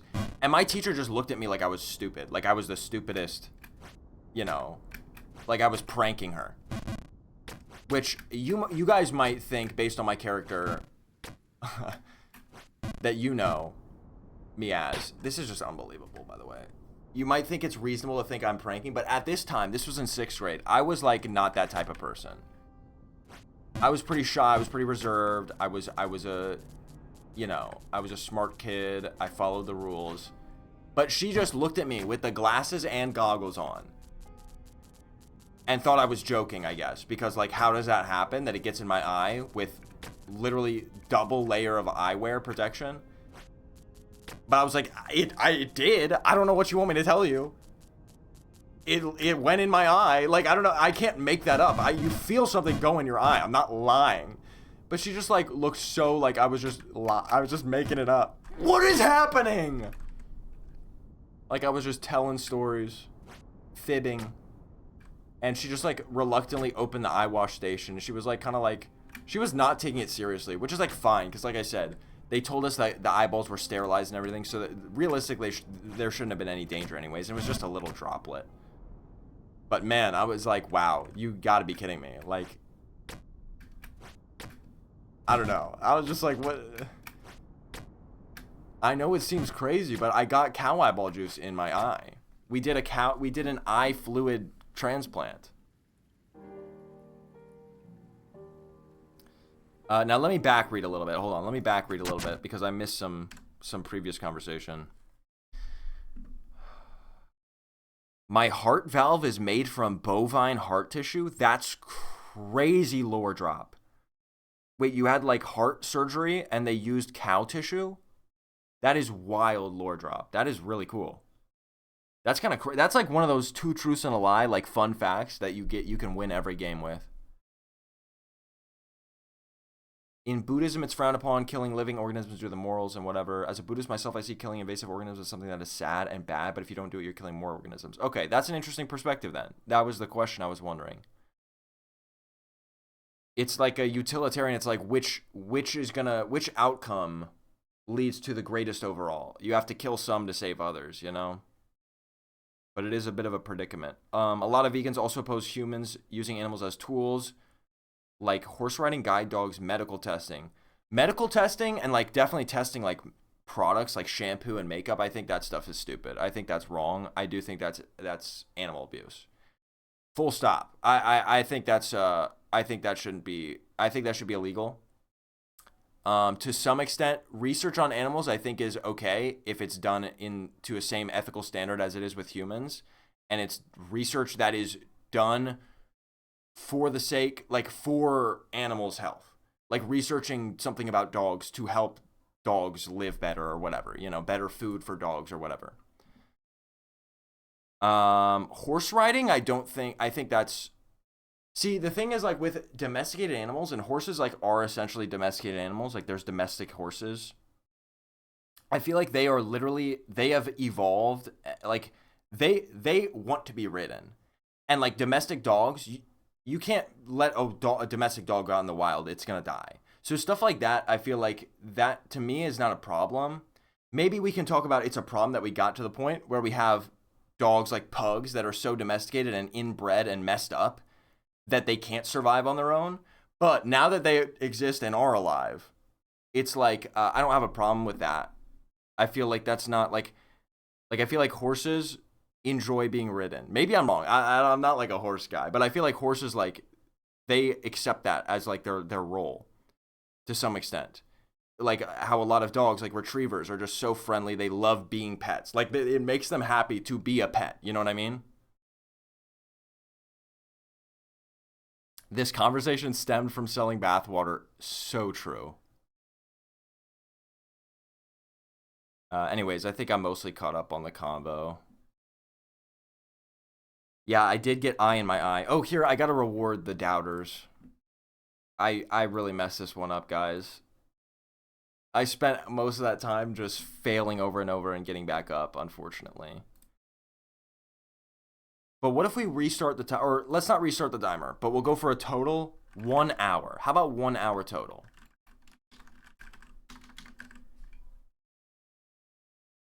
1 hour total. So not restarting the timer. That means I have about 30 more minutes. 20 more minutes, really. Okay, maybe I'll do an hour 15. So we'll say 75 minutes total to beat. And by beat it, I mean get to the next stage. Not necessarily the whole map, because I don't know how long it is. Our codependence with livestock does pose this exact issue. True. We've like created chickens that literally can't walk. And so there's like a, obviously that's just the whole point of how we got there is so messed up. But now it's like the only solution is to just deny those animals the right to reproduce, basically. Which is like equally sad in a way, but you almost just have to like,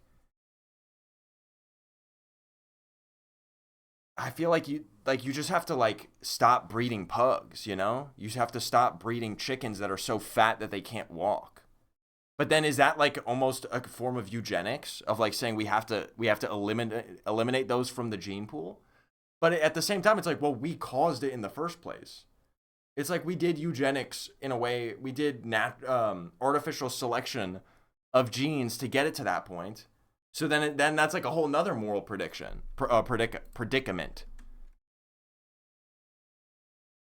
We're having such a lovely ethical conversation this time.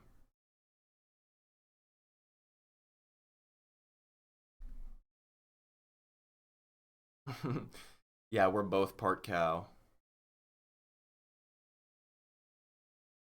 Did not want to be the one to bring up eugenics. It's a heavy topic.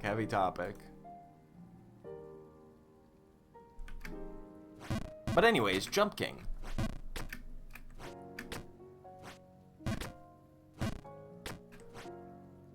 Yeah,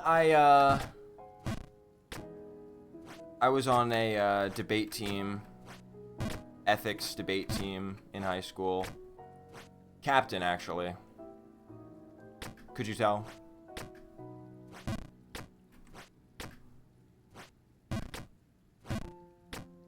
Yeah, we got second place at the regional competition.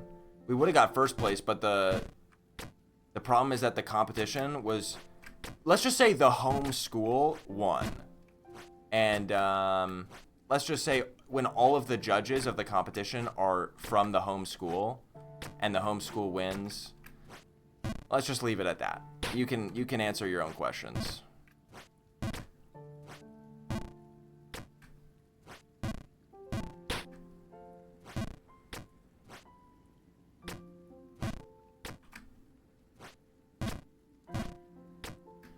Rigged? Hey, I didn't say it. Ah!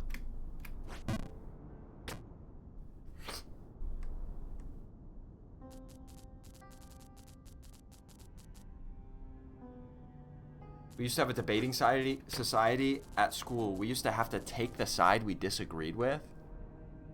Now that's tough.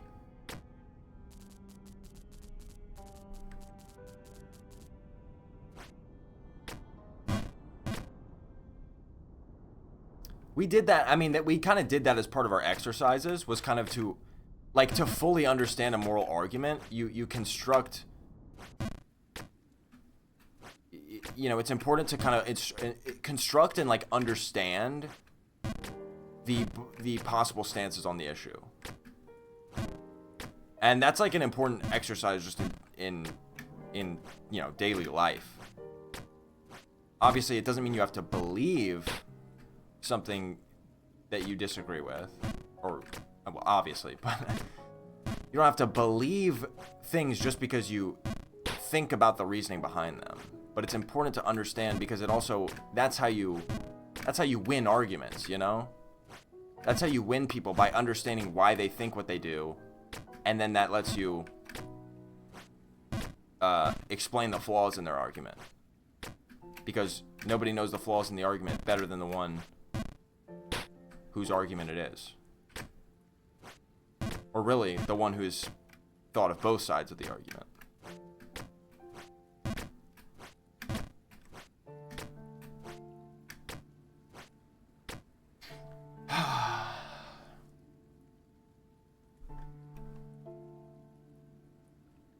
was your favorite extracurricular in school? Debate or something else?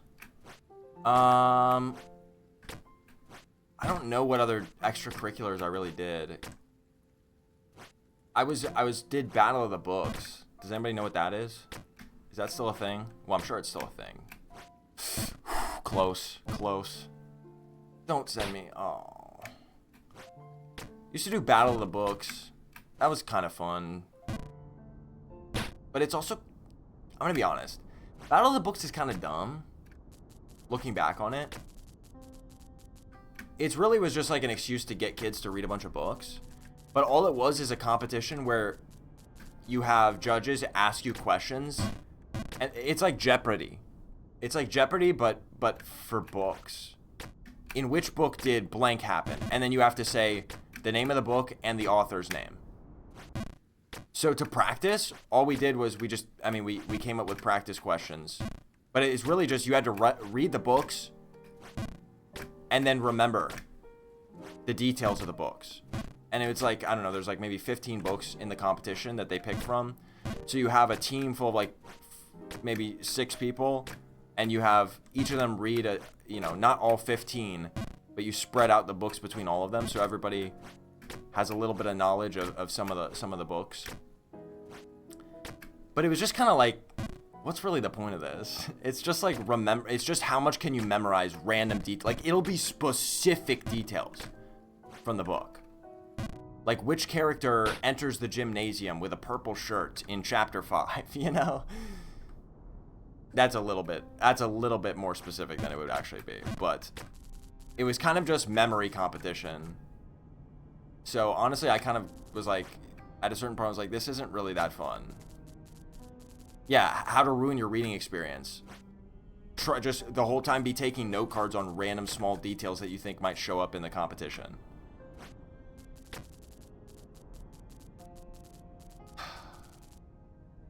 JamLab, what is your top 3 favorite fallacies? Ad hominem. Bro, I'm such a loser.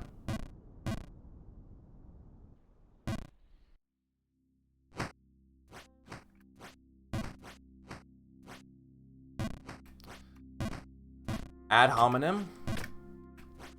Strawman, absolutely. Strawman is my number 1. Strawman is one of the most common arguments, especially, I'll say, I think in the age of the internet, the strawman is like the number 1, sometimes accidental, debate tactic, because we're in a time of communication where communication is uniquely difficult but widespread. You're not really having a very fleshed out a conversation with somebody by arguing with them in a YouTube comments. So it is almost impossible that 2 people arguing on the internet, like, in a comment section, actually understand each other's opinions with the depth required to truly, like, discuss them. So I feel like the entire internet is one giant straw man fallacy over and over and over. Which is also how, like, misinformation spreads. It's kind of the same concept as misinformation. You're, like, taking in information, you're taking in opinions, you're taking in everything in these small little nuggets that are designed to capture attention, and you're never seeing the true picture or the full picture, and you're operating on just a series of misunderstandings, essentially. Sometimes minor, sometimes major, but you're just operating on basically never really the full picture is how I feel. And then what's my other favorite fallacy?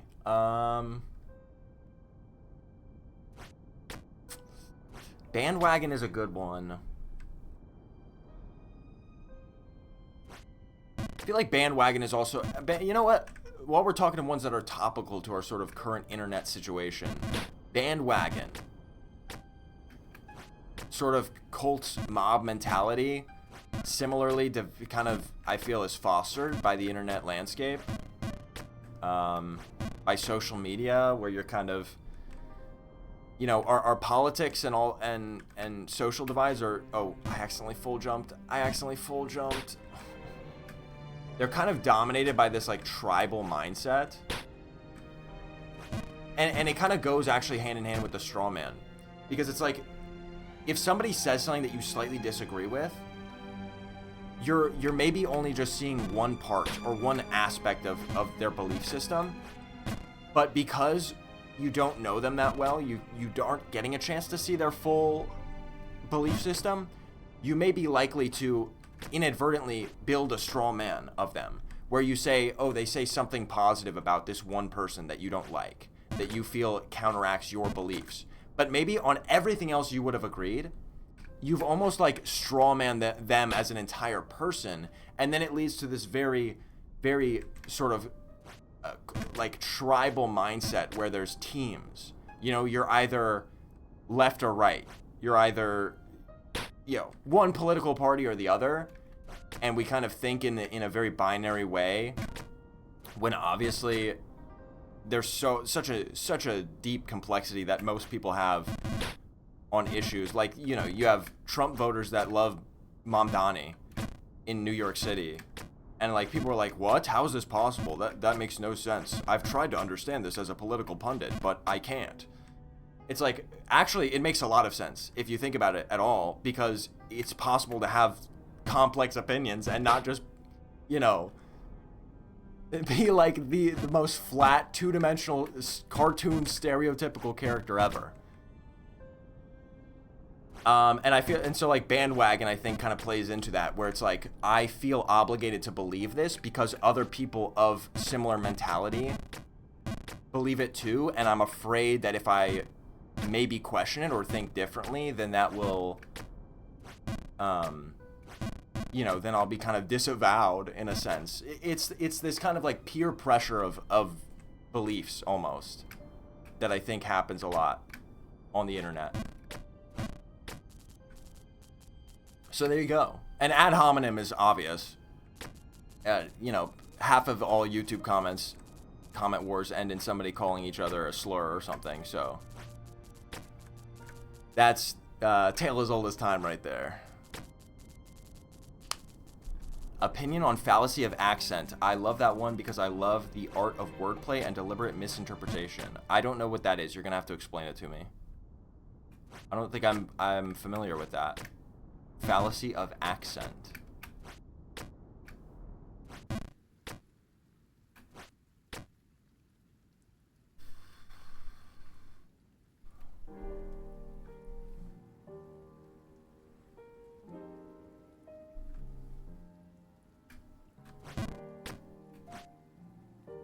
Bro, I'm so washed. How did it not put me down in the tower there? That's evil.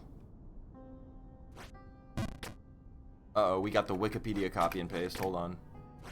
Fallacy of accent, also known as accentus, is a verbal fallacy that reasons from two different vocal readings of the same written words. Oh. That's, well, that kind of goes along with what I said about straw man and the internet and poor communication.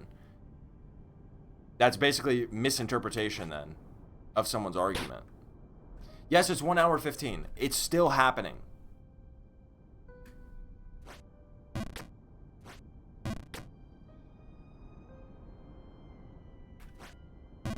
I think being a minority can set me up for a tribal mindset because I'm so afraid of people voting against my rights, but in my heart I really want to see the complexity and good in people.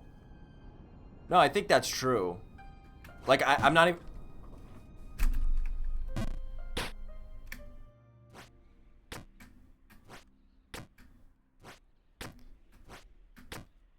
I don't fully blame people for having that mindset. I'm also, like, not immune to it. All of these things that I'm saying, I'm obviously imperfect, and I am a participant in. All of us are, I think. But, yeah, like, the reasons for it stem from...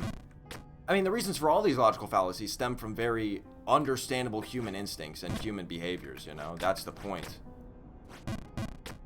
A lot of the times, a lot of these fallacies are not intentional misgivings, you know? They're not intentional... Sometimes they are.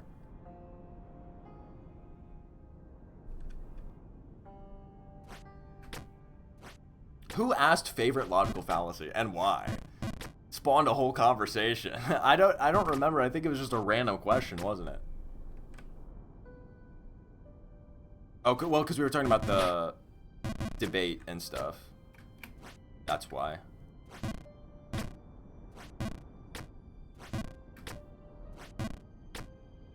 Appeal to nature is classic. That just came up in the vegan debate.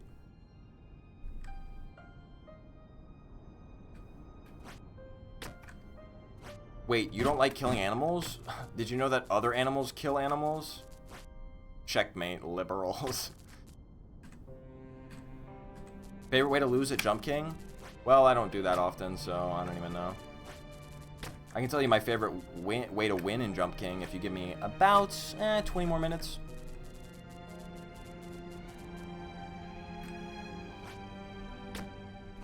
Is there a fallacy for when you excuse your use of fallacy because someone else is doing something even worse? Yes. There's a technical name for it, but it's basically just hypocrisy. No, actually, there's a fallacy that says there's a fallacy about dismissing someone's argument because they're a hypocrite.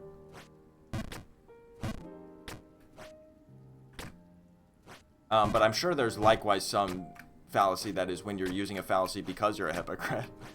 Oh.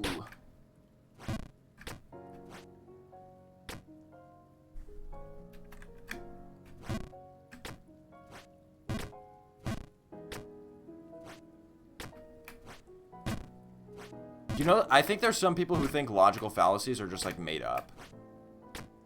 Oh my, no way. What am I doing?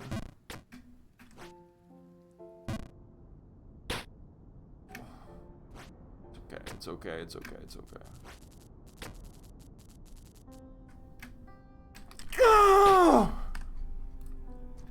It's fine. There are definitely people who think logical fallacies are like a woke conspiracy, you know what I'm saying? It's like a product of academia, and some people reject science so much that they actually think that people who are educated are stupider than them. You know what I mean? Like an alarming number of people think that if you went to college, if you like have a diploma, you are automatically disqualified from you are automatically less intelligent than they are because you've been like brainwashed or something. What type of fallacy is that?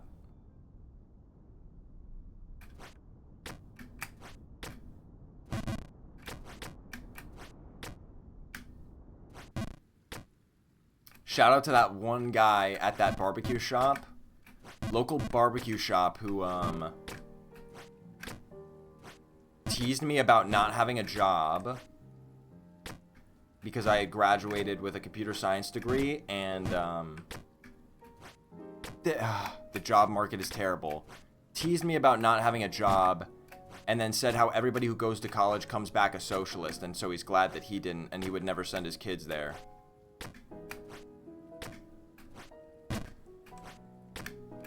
Good times.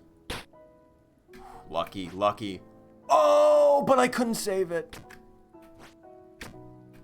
The barbecue was pretty good. It just kind of tasted like, never mind. I'm not going to say that.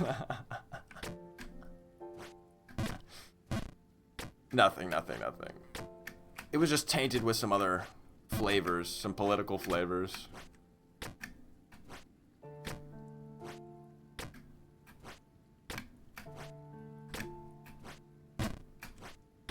Do you see? Excuse me.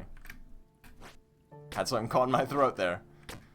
But like overall, do you see like how goated I am? That's the first time I've ever done that, to get back up without going the long way. I didn't even know if it was possible, and I did it first try. 'Cause I'm the GOAT! When the fajitas come out sizzling. That's it. Okay. Bro! You know what? It's all good. This part's not even that hard, secretly. What did I say?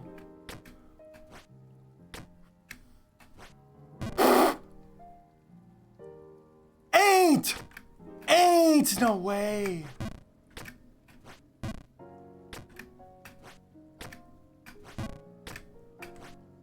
And I'm back down. And of course, it's as the wind is turning, so I don't get pushed anywhere useful. I just go all the way back down. Downers were scared for a second. Downers were scared for a second.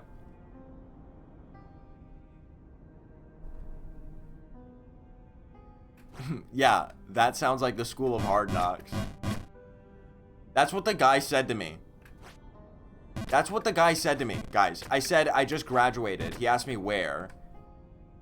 And I said the name of my university. And this was after I explained how, like, I couldn't find a job, you know, how I've been applying all over. And he said, wow, that sounds like the School of Hard Knocks. Which is like, I mean, I get, like, he was trying to be funny, I guess, but he also, like, said it with a straight face and then immediately went into, by the way, everyone who goes to college is a socialist. Like, it very much felt like he was implying, and he, like, said, oh, you're lucky that you're, you know, or you're fortunate that you have your parents, oh, okay, I was there with my whole family, and the first thing he said was about how, he was joking about how my parents were paying, my dad was paying for the food for all of us. Because it was for my whole family, we were on vacation. And he was joking about how, like, oh, you're fortunate that, you know, your parents, pay for your food and all that and let you stay because you can't find a job. I mean, he didn't say it all like that, but, like, that's kind of his point was he was getting at. And then he went on to that. He said the whole thing about socialism. Again, at that point, it felt like a sort of an attack. Like, he was accusing me of being a lazy socialist that was just hoping for, like, handouts, basically, and not getting a job. That's just how it felt. I'm just saying that's just how it came across based on his, you know, the look in his eyes. And then he went on about telling this personal story about how, you know, I don't remember what it was. I stopped listening, to be honest with you.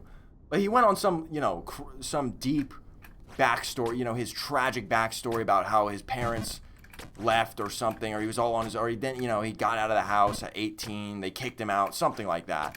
And he just had to go into trade. He became like a plumber or something. He just traveled, he moved around trying to make enough money from plumbing. And now he, you know, American dream. Now he runs his barbecue shop, and it's the best barbecue in about 1 mile radius. Am I right? And he went on like, hello, we paid for our food. We're just sitting there. He's like going on this personal life story. It's like, dude, you've just been waiting for someone to come along so you could rant about socialism and how difficult your life was. And that's great, man. That's great that your life was difficult and that you powered through. And I'm happy for you. And now you got your barbecue shop and you're living your dream as a restaurant owner. That's awesome. Do you have, like, friends or family? Like, do you need a support system? Like, why are you telling this to some random family who came to buy food from you? Are you okay? Like, seriously, all right, like, this sounds like a conversation for a therapist. Like, he was unpacking on us.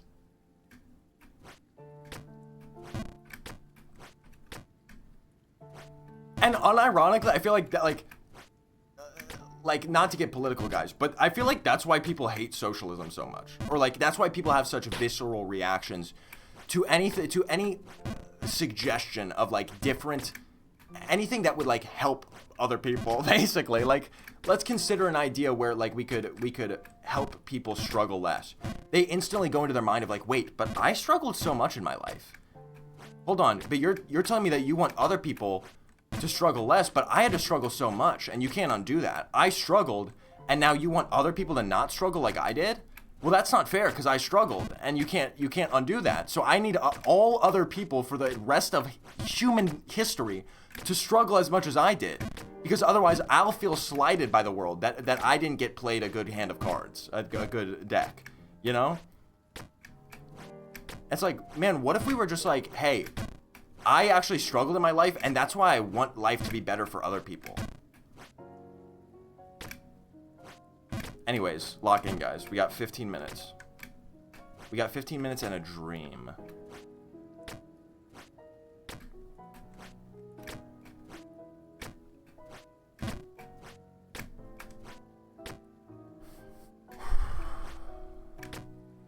Yeah, it's like not that you have every right to be upset.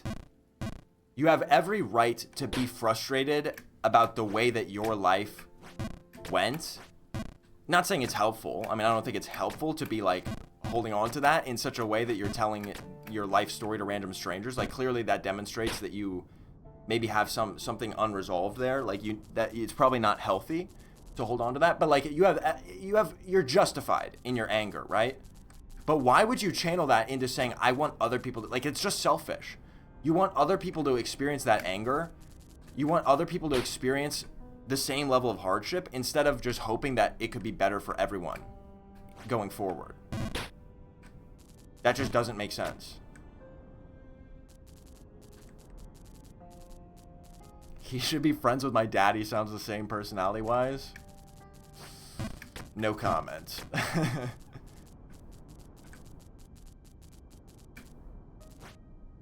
Yeah, got some condescension with the barbecue for real. W rant stream? Thanks, guys. I'm glad you're liking it. Been doing a lot of talking. Talking's fun, though. I don't know if you know. I knew I messed up from the moment I released. You gotta wait for the wind to be in full gust mode. I hate I love talking. Talking's so fun. Who's with me? I could talk all day. You get me into a conversation like this, like, I just love discussing. I love grokking. Original definition of the word grok, not grok AI. I just love grokking through things, you know? I love just thinking and speaking. Me and talking have a complicated relationship. Yeah, I think you're not alone there.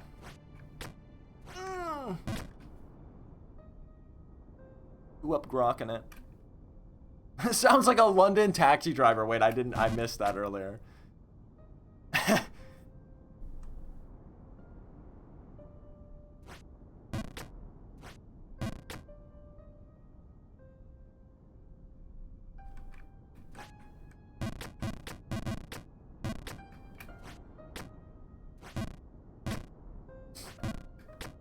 Okay. We still have time, though.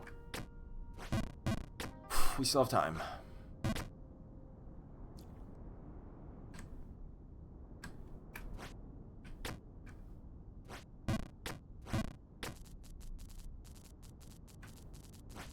I let go early. Oh, I barely made it. Oh.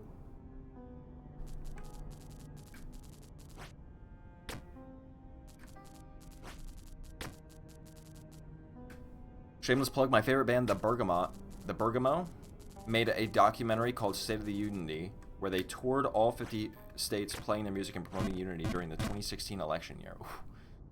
What a year that was. I want to do a 50-state tour someday.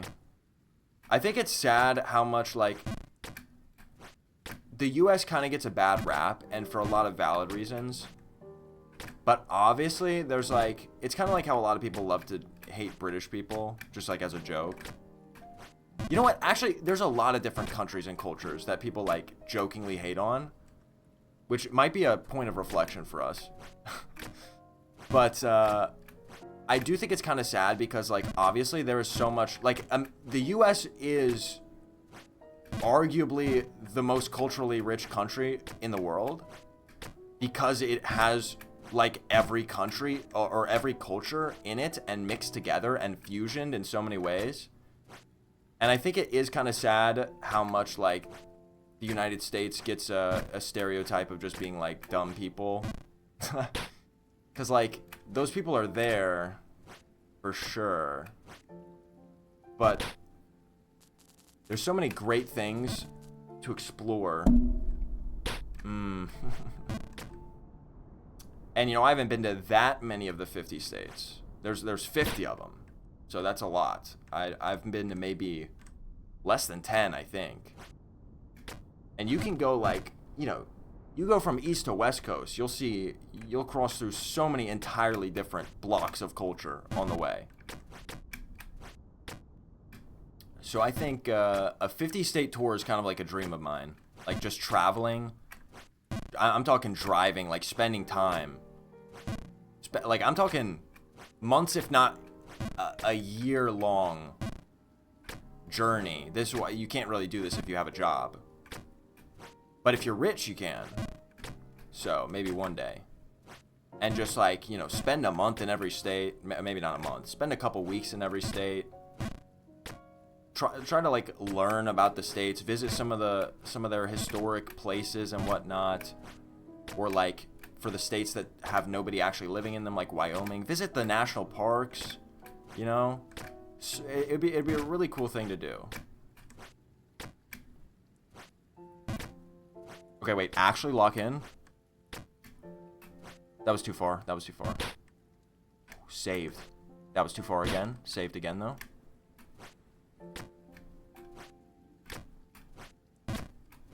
That was too short. There's actually time to do this still.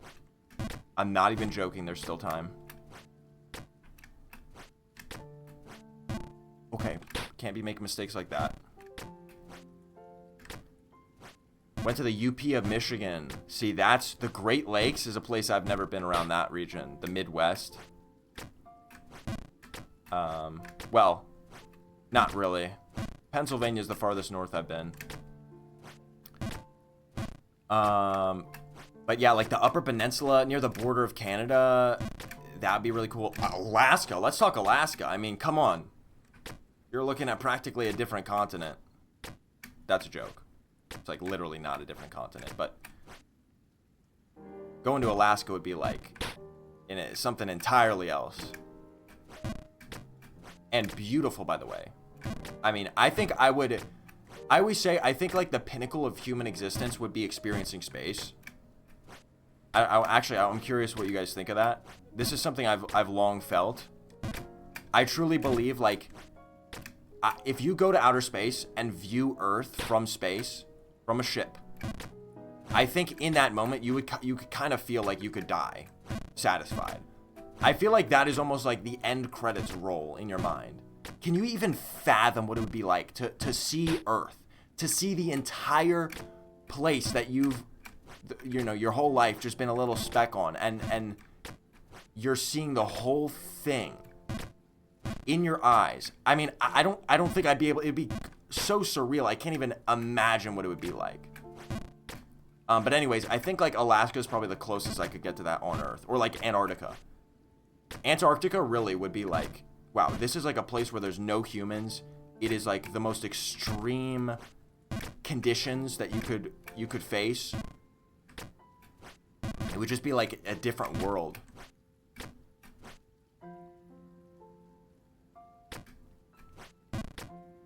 Keep believing, guys. I still have 5 minutes. Keep believing. Molten core. I have been to the Antarctic? What? Okay, going to Alaska is cool. How have you been to the Antarctic? Do we, like, secretly have a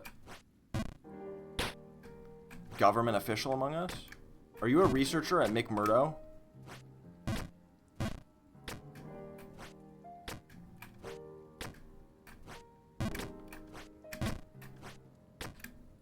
Well, I'm not going to Cedar Point. I'm not going to Cedar Point, but I am going to Hershey Park. Which is somewhere I've already been, but... Yep, sure, why not? I'm gonna come back from Hershey Park, and I'm gonna have to build something in Roller Coaster Tycoon. I'm gonna have to recreate one of the coasters.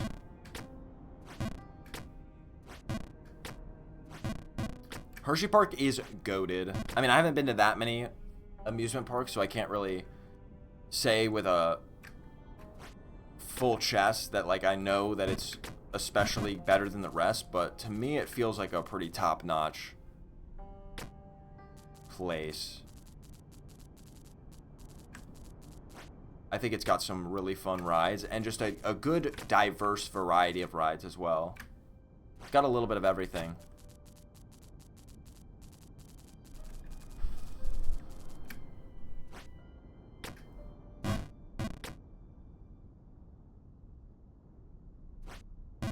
What am I doing? How? I have never made that mistake. Ever. Okay, well, I have made that mistake. I'm low-key trying to read chat a little bit, and I think it is distracting me.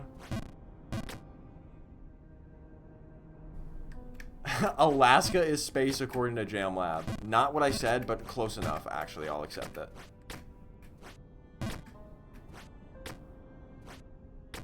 I just feel like there's places that if I could experience in real life would be so surreal. It would just be incredible, you know? What am I doing? But also, how do I miss that jump? Such an inconsequential jump, and it sends me all the way back down here. Like, it's just so random. You just hit one jump wrong, and you take the most absurd deflections all the way down the whole map. It's ridiculous. Guys, I literally still have 3 minutes. I don't even know why you're stressing.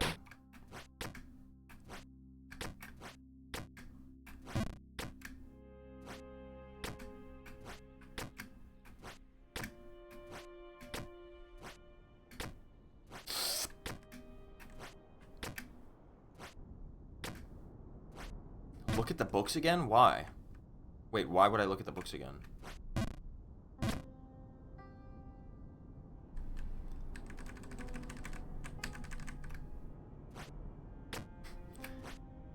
Maybe having a TED Talk while speedrunning a rage game was a bad idea. But see, the thing is, notice how I haven't gotten mad. Okay, notice how I haven't really gotten mad. While I may be a little distracted trying to read chat, I will say talking to myself has been a way to pacify myself a bit.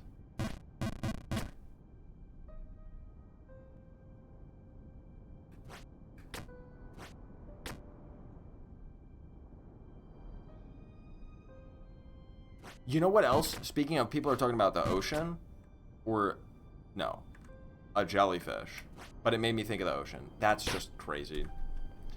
The ocean is also a place, like the open ocean. I've never been on the open ocean, you know, in a boat where I could just see nothing but ocean for miles in the middle of the Atlantic or the Pacific. That is one of those things that I think would be a similar surreal feeling. Completely surrounded, like, it's scary.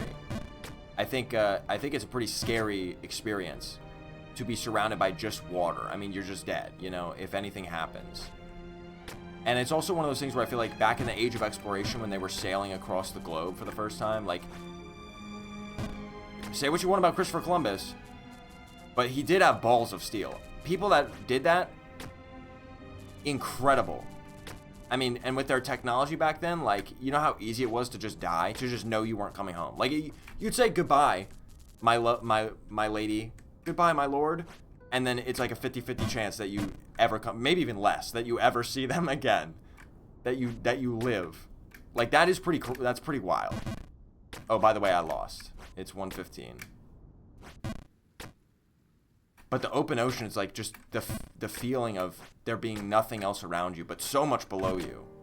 And then can you imagine something that I don't know if humans will ever be able to experience it, but like the depths of the ocean, like the Mariana Trench, the unexplored, how much of the ocean is unexplored, and the unknowns down there is another thing that I often think about.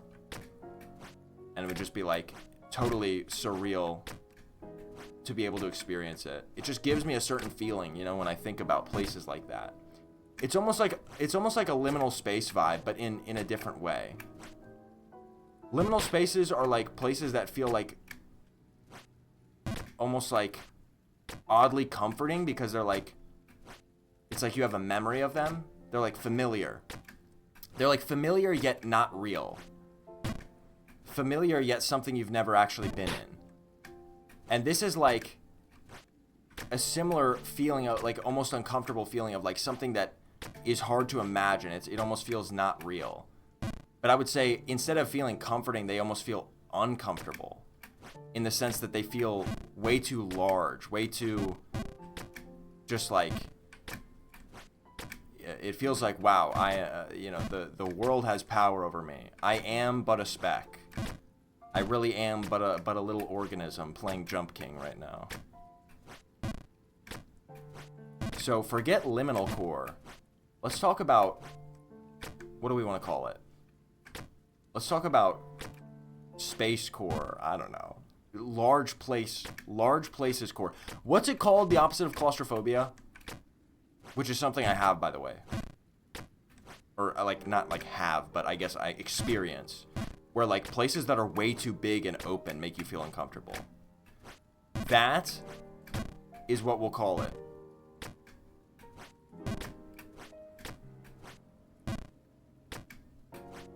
Bruh. Wait, now that the prediction is lost, I can actually take a moment to just like a little breather, a little lock-in moment, and we can even start a new prediction. This one, I'll be generous to myself. I'll give myself until what's 30 more minutes? Until we have 140 on the timer, maybe.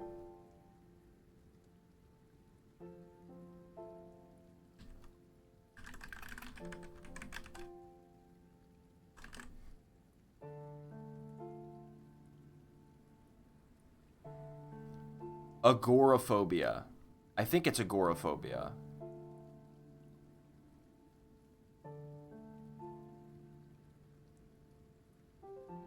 Mauied.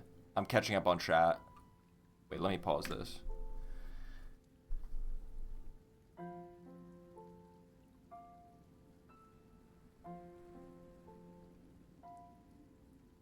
Interesting you find the ocean scary, but not space. No, I said space would be terrifying. Absolutely. Space is the ultimate terrifying thing. Space is like the story I was talking about with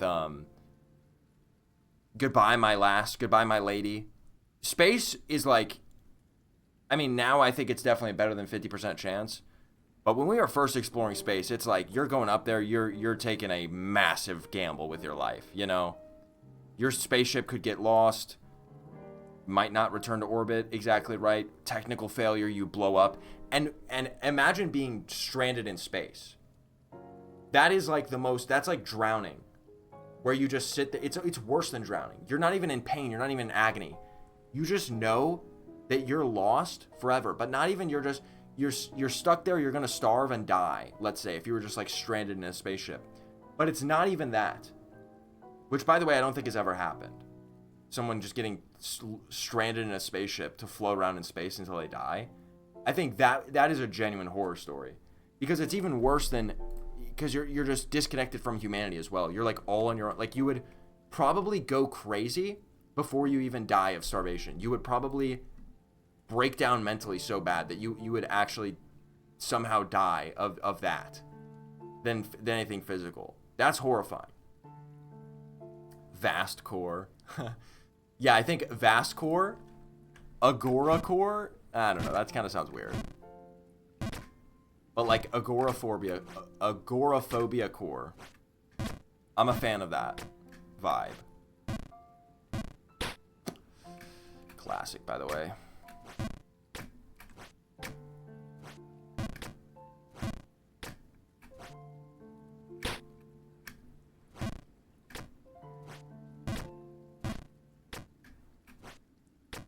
Agora core does roll off the tongue.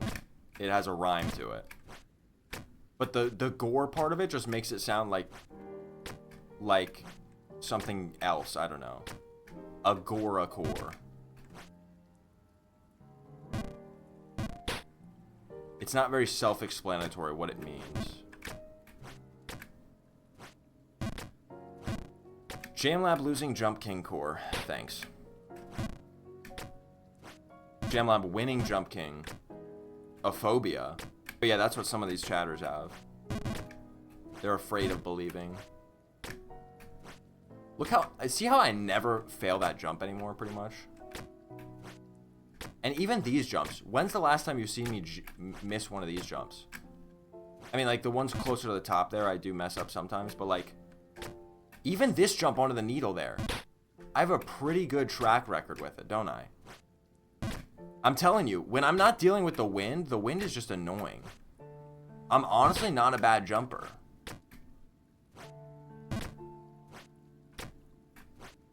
Ah, I jumped too far. Don't.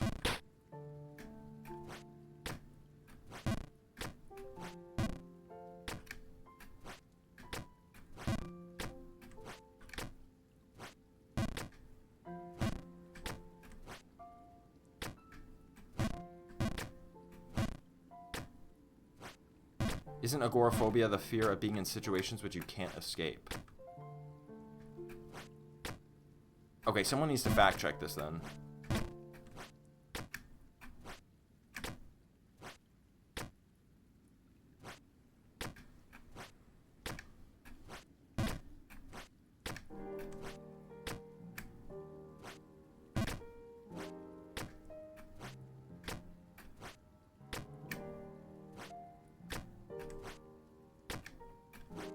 Oh, how did I mess up that jump? That's like an easy jump.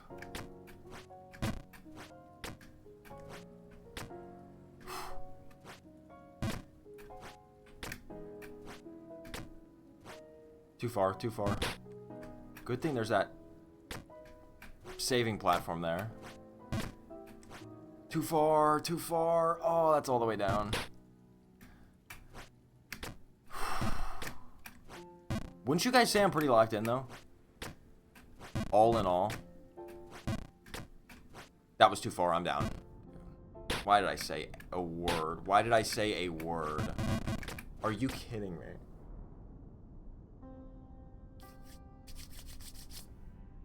Wikipedia says it's a general fear of every place being unsafe. Honestly, that's not a bad name for the core, though.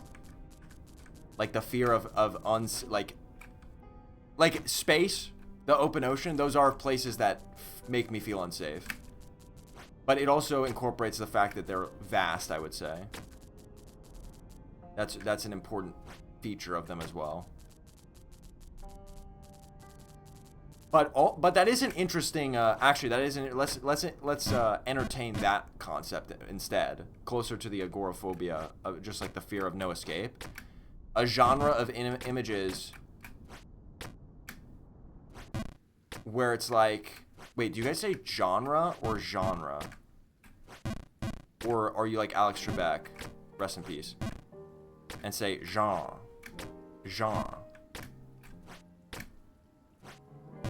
But no, that genre of images, what would it be? It would be like,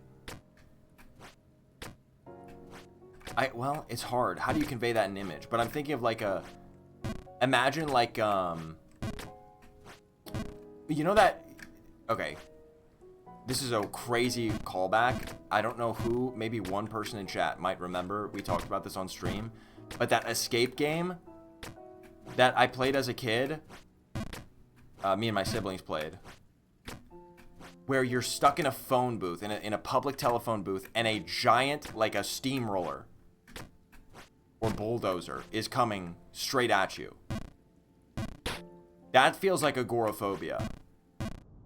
Like, that's a true escape room. We're like, okay, dude.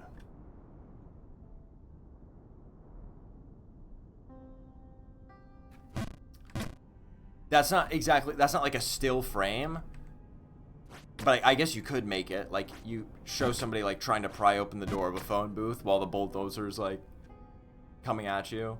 But that's like the concept of... That would be the concept of that vibe of image. One time my dad said Jandra? Well, I think that one's definitely wrong.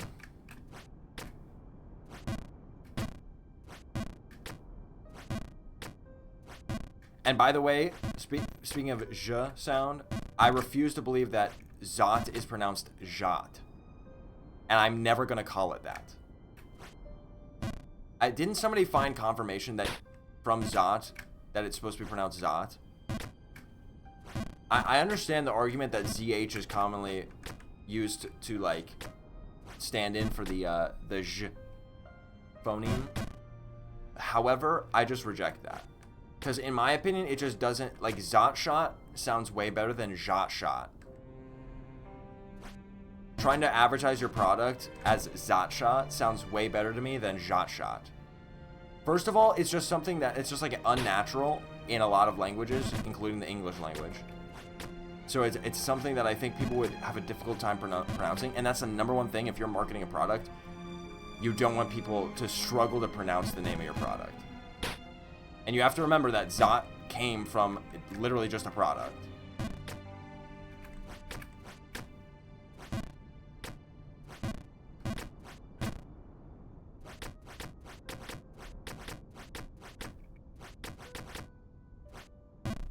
But, I mean, I'm not hating on Slavic languages, but show me how many Slavic countries Zot shots were sold in.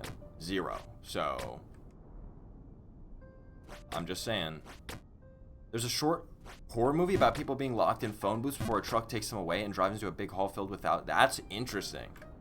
Wait, that's a really interesting concept for a movie or a short film. That's exactly the vibe that I'm thinking of. Or like,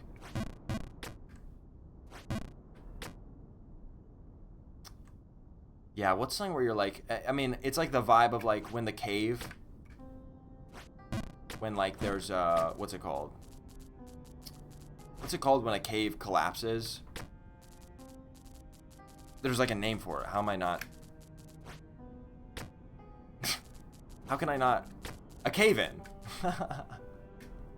When it caves in. When the cave comes out sizzling. If you have a cave-in while you're mining, that's like the same feeling.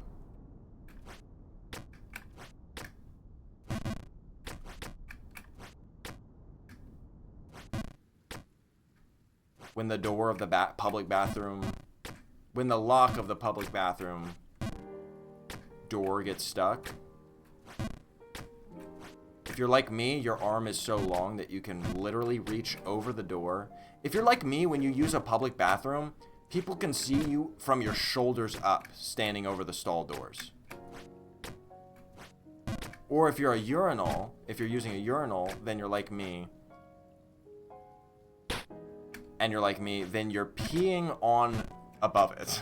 You know what I'm saying? Actually, no. There are urinals, dude.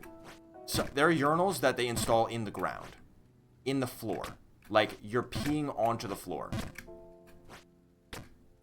Worst thing ever invented. I mean, I guess it's better than it splashing on my knees, but it splashes more because there's more distance for it to travel.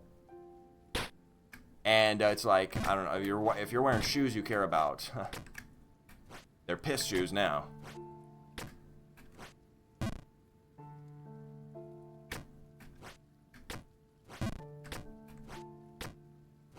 Dude, bro, what was wrong with what I said? It's not, okay guys, it's not even like you could piece this together. I'm tall, and all things are too short for me.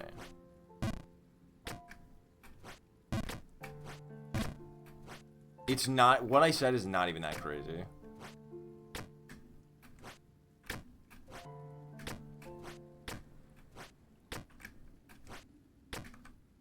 I'm 5'2". I feel like all toilets are too high. Honestly, I'm 5'2" and I still splash mode. We just need to get rid of urinals. Urinals are stupid. Oh, right. Right. I actually think urinals are so ridiculous. I hate urinals.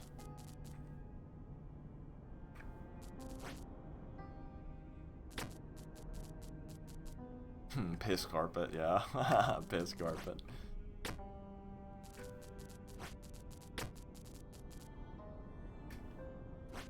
Okay. People that pee standing up in their own homes. Men. People with penises, let's say. I don't understand it. Do not understand it. In your own home. It's just, and I hate it. If you come into my home, you better not pee standing up. I don't care if you put the lid up. I mean, you better put the lid up. But what are you doing? It's got a toilet seat. Sit down. It's clean. It's my own home. Or it's your own home. Why are you And they're like, well, it's just faster. You know, I just stand. I don't have to sit down. I just whip it out and I go pee. How slow is it to sit down? Is it like a slow task to sit down? It's not. I'm sorry, but it's not. It's not a slow task to sit down. Maybe, if you're like elderly, you got bad joints, bad knees. But in that case, I bet it's probably just as tough to stand up, you know, to aim and all that while standing. In that case, you're sitting down anyways. But I'm sorry. I can hear justifications for this until the day I die, and I'll never understand it. I will never accept it. There is just no reason to stand up. And I want to understand why. Like, urinals, I get were maybe probably invented because, like, it's easy for penisers to stand up and pee. So it's like a natural solution to the fact that nobody wants to, you know, share butt germs in a public bathroom. But extending beyond the use of a urinal for that purpose, I don't understand the function of standing up to pee. Immediately starts wheezing. There's just no reason fallacy. Yeah, that is one of my favorites. I like to just express absolute disbelief when I disagree with something. I just really just don't understand it though. Like, I understand that some people think, or like their reason they say is because it's faster. I just think that's categorically false. I think we could run an experiment and prove that that's just not true. Maybe they're too lazy to sit down, if such a thing can be. Like, once again, is sitting down a hard thing to do? I struggle to understand. I know that is the reasoning, I guess, but I still struggle to understand the reasoning. Oh, wait, Alex makes a good point. Men take pride in standing up to pee. It's like they gotta mark their territory. Standing up is like the dominant position. Wait, this is true. I saw a video from like an alpha male influencer saying how like beta males sit down to pee. How it's like sitting down to pee is a beta behavior. Dude, that has to be actually a factor. Men just feel more dominant, more alpha when they're just standing up and letting it go, you know? That's wild. That's crazy. If I can sit down to pee when my legs, you know, the specimen I am, when I sit down on anywhere, my legs are like curled up into a knot. You know what I'm saying? They don't make stools big enough for me, and certainly not toilets. So if I can do it, there's no excuse. I don't want to see these short kings got to be alpha by standing up. You might as well already be sitting down with how short you are. Wait, I have 7 minutes to do it. Oh.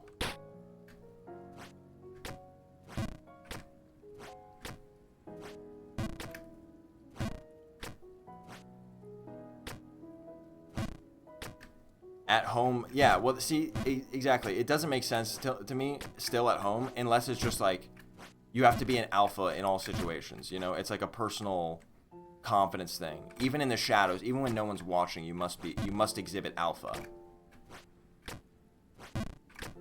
There's no break days from being an alpha. Am I right, guys?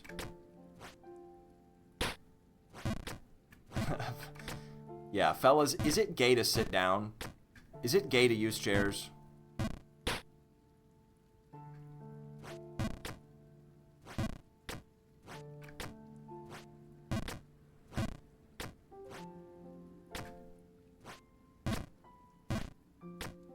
Uh-oh, here comes Dickie Knee. It's my home, my bathroom, and me who does the cleaning, so I'll do what I want. I mean, that's fine. That's fair. That's fine. As long as you don't do it in my bathroom. You're certainly more than welcome to do what you please in issues that do not concern me. However, I still can't say I understand why that is the thing that you want to do.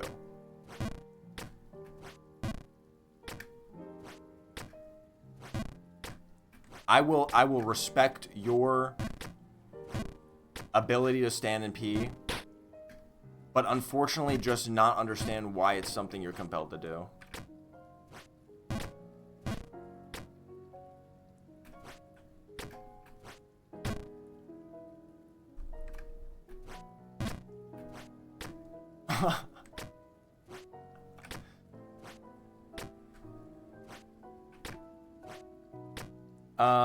I don't think there's anything special about standing to pee. Don't worry about it. You're not really missing out on much.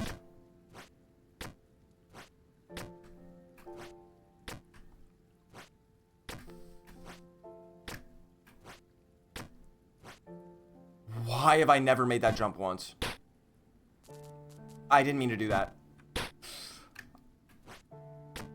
Dude, do you guys see that? I keep getting that spot, and it's like not even a hard jump. I think it's just the pressure.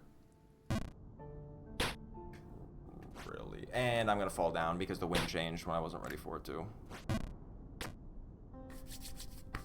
I know, guys, I know.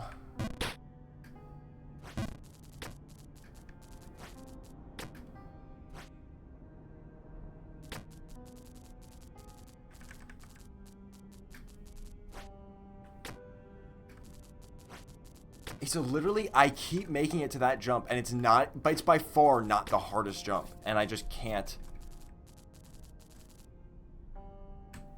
I just, some reason, can't do it.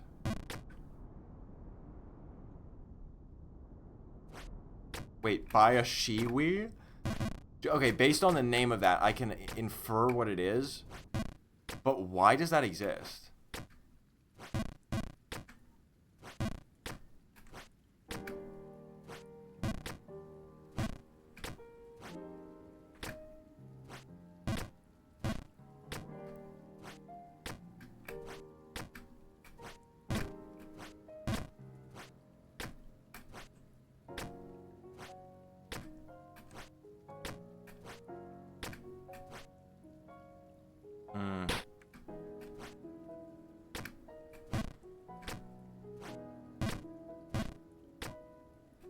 Oh, for camping.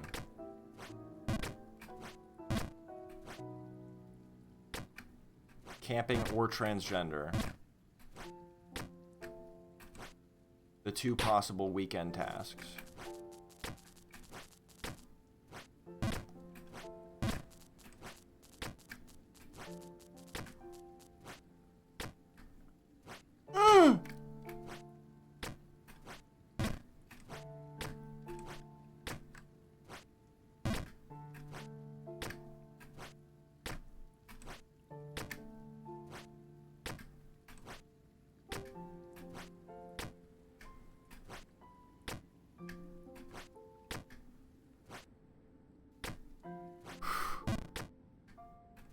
It's the farthest I've ever been.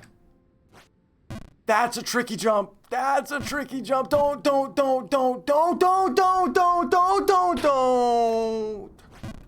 Really? That far down? That's brutal. That is actually a brutal drop. That's crazy how brutal that is.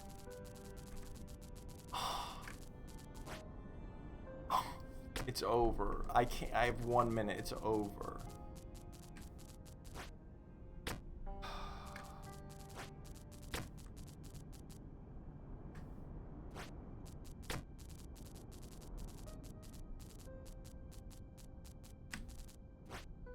I made it the farthest I ever been. You know how bad I was hoping that I would just jump to the next screen and it would be something new? I was just so badly hoping that was it. I did it. And then I could have said right there, I did it. But no. I've got mere seconds to get back up there, so that dream is dead.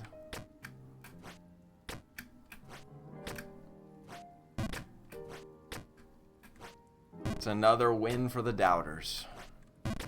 But for the believers, I will say, I threw you a little bit of a bone. I gave you something to believe on. We made it farther than ever before.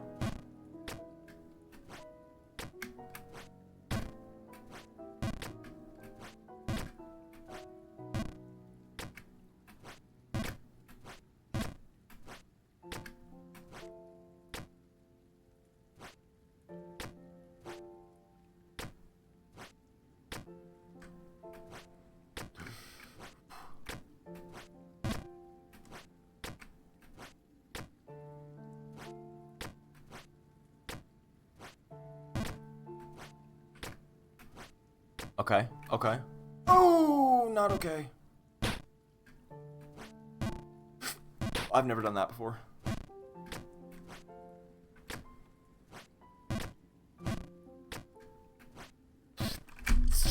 No, no, no, no, no. I'm not. Now is not the time to crash out.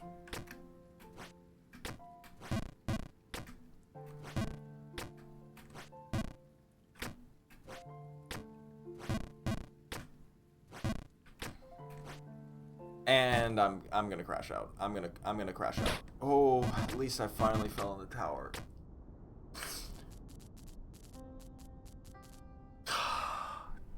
Does anybody still believe in me?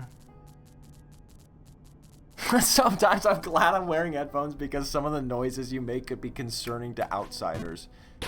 I thought the wind was going the other direction. Bruh. Call up Jam Lab plays. What a guy that Jam Lab plays.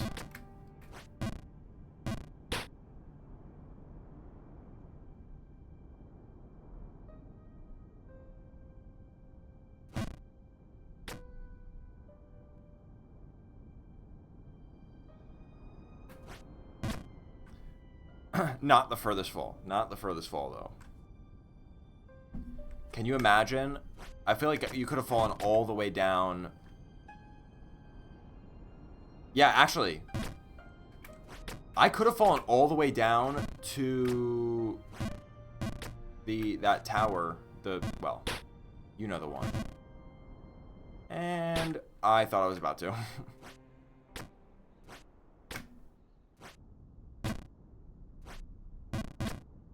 Yeah, I technically I don't think you could in one go fall all the way back to the start. Because you'd have to fall down. Yeah, you can't. You can't. The furthest you can fall is down to the birdcage bit of the dungeon. Without touching. Dude, what am I doing? Without doing more yourself, like trying to jump again and falling. In just one uncontrolled fall.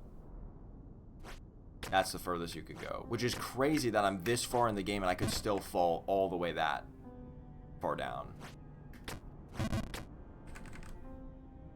And it's crazy that I'm still here.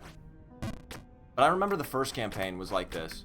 Like, there were some parts where I made it so far in the game, and yet I still found myself near the beginning sometimes. And it's just a matter of just learning it so good that you just have to keep going at it over and over until you can finally... I mean, if you think about it, you're essentially doing the whole game in one run. Because one mistake, and you fall back down. So it's just a matter of doing it over and over until you get so good and lucky, a little bit, that you essentially do it all in one go. I mean, obviously there's some mistakes you can make that won't send you all the way back, but... It's brutal. It's brutal.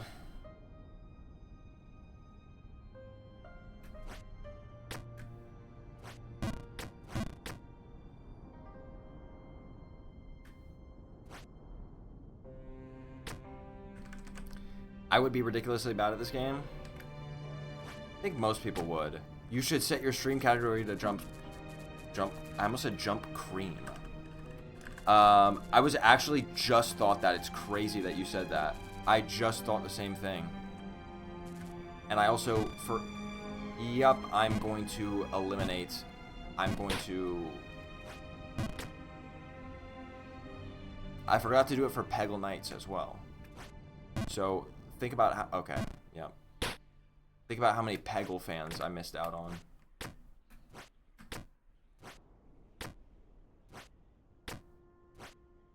Oh wait, I should award, did I award the prediction points? I didn't, did I?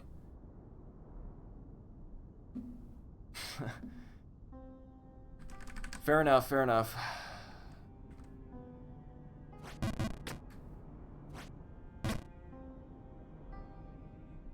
I might end stream soon, but I want to at least get back up there and give it a few more goes. I'm kind of curious just to see how close I was to the end.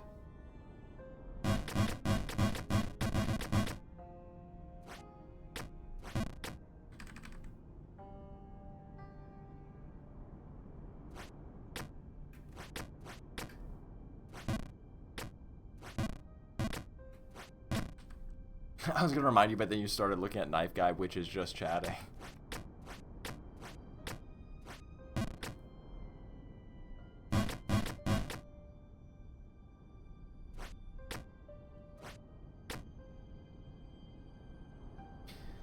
Knife Guy.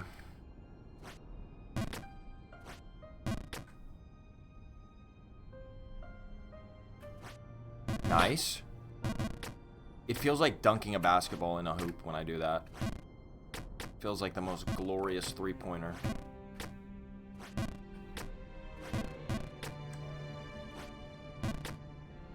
Okay. Ooh, I barely got that. That was a little fraky. That was a little frightening.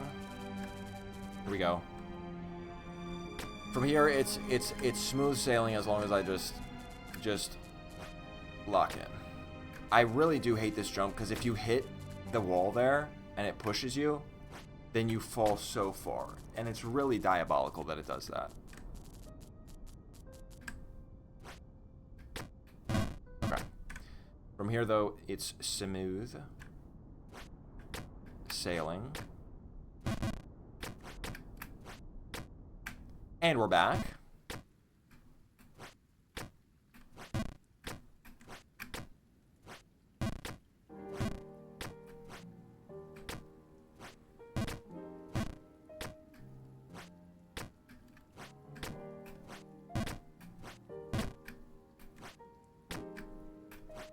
That was too far.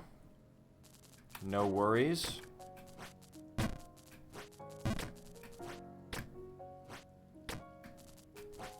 That was too far. No worries. Oh, a little bit of worries. Anybody else think that guy who's looking at the babe statue is a little bit like fruity coated?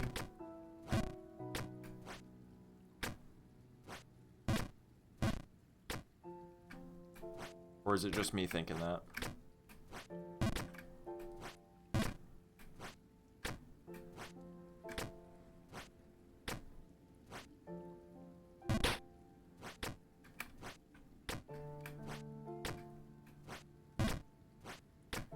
Does anyone else what? Oh, you heard me.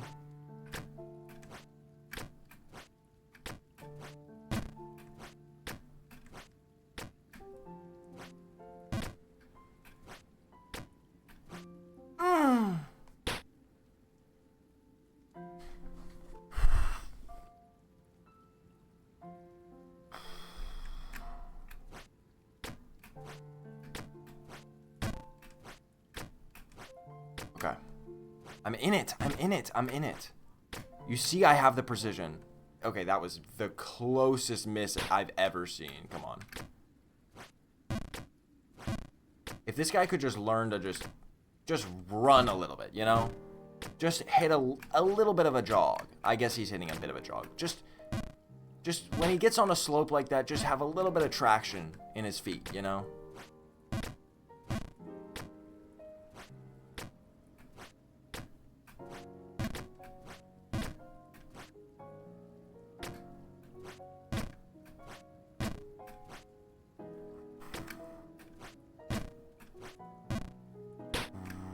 Okay.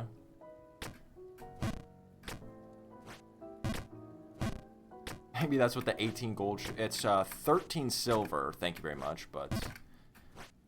I would love some giant boots that make my... Imagine if their giant boots just make it so that you have a much bigger, like, hitbox. So, like, you can land on things way easier. Like, way easier.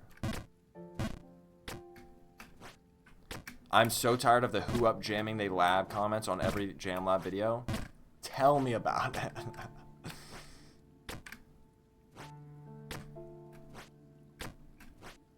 That is the most received comment I get. But wait, second most received comment? Can anybody guess? I'll let you guys put in some predictions first before I reveal it.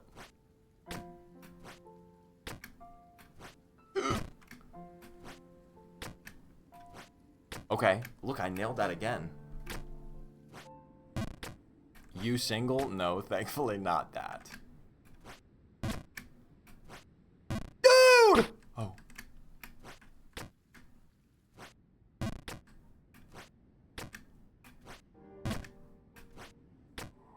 Whoa! What? I did make it to a new place! Wait, wait.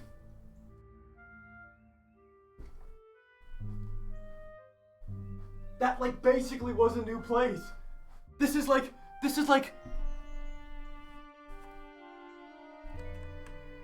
Guys, this is essentially a new place. It's almost like I gotta refund the prediction. I mean, like, this literally... There's no way that's how close I was, guys. I was that close. I was one jump. One jump. Because honestly, after that jump, and it wasn't even a super hard jump, I got it the very second try. And then the jump after that was pretty easy as well. I was that close. I was that close. Literally. Oh. I was that close to reaching the next spot. And this, guys... Actually, thank God, this is a spot that you can't fall back down from. I finally reached a spot, I think, right? No, yeah, look, this is a spot you absolutely can't fall back down from. Dude, I'm so happy. This might be near the end. This is like so calm, and the will-o-wisps are back. Friend! Hello, friends. Oh. This is like, there's not even a way to lose here. This is so low stakes. Guys, I could cry. I don't even care about the prediction. I mean, I'm kind of sad that I let you down by that little amount, but... You look funny. Ha ha ha.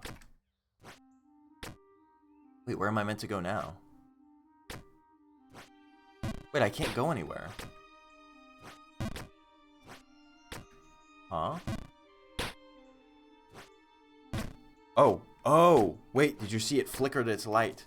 There's a hidden platform up there. What is your favorite color? Oh, thanks for asking. It's blue.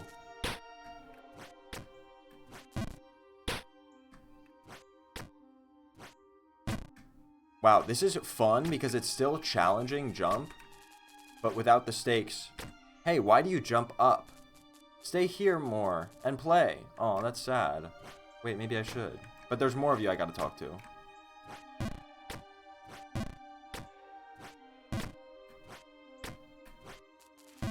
Oh, that's a fake platform. What? It just faked me out. Also, guys, did you see the bird up there? Did you see the bird is up there? I think I'm nearing the end of the game.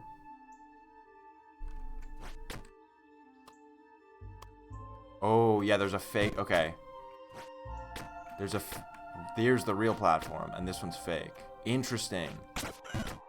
We finally made it to the bird again. Oh!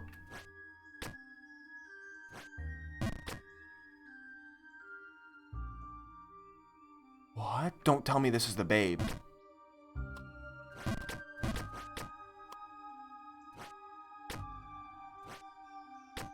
Who are you? Oh, hail to you, little spirit. The Mountain King is who I am. Oh, it's a king, okay. Oh, the second most comment. Oh, wait, hold on, dialogue. You see, from here, I can just about watch over my whole kingdom. All through the world, my realm reaches. From the little fairies playing around in the moss below to that one gnome who kept making fun of me. All the way to the mountain stones up above. Up above, I don't want to hear that word. But I recognize you not. From where did you come? Oh, I'm an adventurer from a different land. Okay. So we had one platform revealed, but I guess there must be one over here. Oh, okay, okay. So there's one about here. And then there's one, like, here. There we go. Whoa. Whoa. Whoa. Oh, no. Wait, well, this is probably where I should stop, right? This is a good stopping point. But at least I never have to do any of that ever again. Oh, I got fooled by the fake platform. I never have to see Underberg ever again. I never have to see... I don't have to do any of that ever again. It's so awesome. Dude, all of the characters have so much... And I'm getting plenty of opportunity to read it. Oh, the second most common comment on my videos is that I look like Trevor Moore. Wow, Trevor Moore came back to life? Are you Trevor Moore's long-lost son? I didn't know Trevor Moore had a son.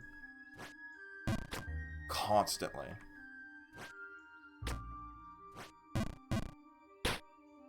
Trevor Moore is a comedian who died. He fell off a balcony while drunk. But if you know the sketch comedy group called Whitest Kids You Know, he was like the main guy of that. And he does look like me, kind of. It's the hair. I think it's mostly the hair.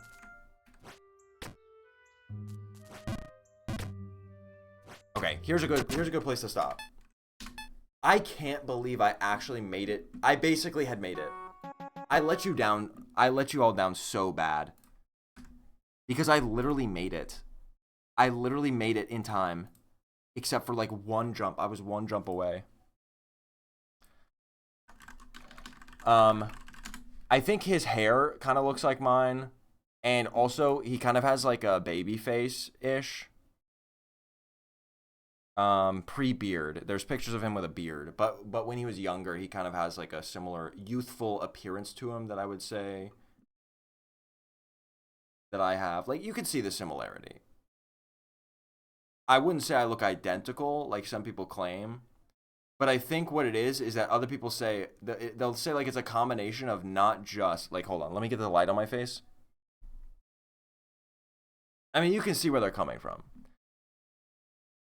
But I think they say it's like a combination of that I look kind of like him, but also my mannerisms. He's a comedian. Thank you. They're calling me funny. They're saying that I'm funny. But I guess they say that like my comedic timing and my comedic style is very similar to his. So, but yeah, I'm not joking about, like, here, let me pull up comments. I'll perform a search on my comments of Trevor Moore.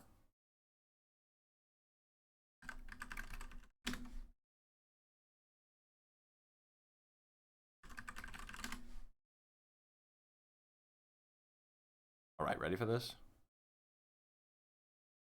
Trevor Moore's reincarnation 2 days ago. You remind me of Trevor Moore from Whitest Kids You Know. You remind me of a mix of Trevor Moore and the guy from Cheese Parade. I've also gotten a lot of those comments. Not nearly as much as Trevor Moore, but also comparisons to the Cheese Parade guy, who I had to look up, and I don't think there's any similarity, so I don't get that one. But Trevor Moore, why does he look and sound like Trevor Moore? I just found your channel a few days ago. You remind me of Trevor Moore. Great video, Trevor Moore. Anyone else think you kind of look like, anyone else tell you look like kind of like Trevor Moore? Yes. Why does this man look like a young Trevor Moore? Zoomer Trevor Moore. Trevor Moore's son. Thanks for the new video, anti-AI/scam Trevor Moore. I did a full double take at first. You look shockingly like Trevor Moore. Are you related to Trevor Moore? Thanks, Trevor Moore. You remind me of Trevor Moore from Whitest Kids You Know. Close enough. Welcome back, Trevor Moore. You got Trevor Moore in your eyes. Keep up the good work. Welcome back, Trevor Moore. What's Trevor Moore talking about? You do look like Trevor Moore. Kind of like Trevor Moore. Are you the reincarnation of Trevor Moore? Thanks, Trevor Moore. Trevor Moore. This has shades of Trevor Moore. Welcome back, Trevor Moore. Trevor Moore. This guy about something completely different. Edit. You look like Trevor Moore. God rest his soul. Yo, Trevor Moore. You remind me of Trevor Moore. Trevor Moore. Reincarnation of Trevor Moore. Trevor Moore. Reincarnation of Trevor Moore. Welcome back, Trevor Moore. Trevor Moore, Trevor Moore, Trevor Moore. You remind me. Long lost son. Welcome back. There's this exact comment. Welcome, close enough. Welcome back, Trevor Moore. Has to be at least 10 times. You remind me of Trevor Moore. The aura, looks, and charisma of Trevor Moore. You even sound like Trevor Moore. It's cray. This dude looks and sounds like Trevor Moore. What's up, Trevor Moore? You're are you kidding me? It's still going.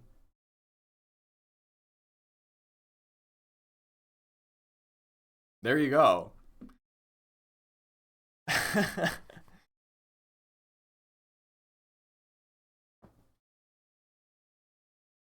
Trevor Moore's long lost son.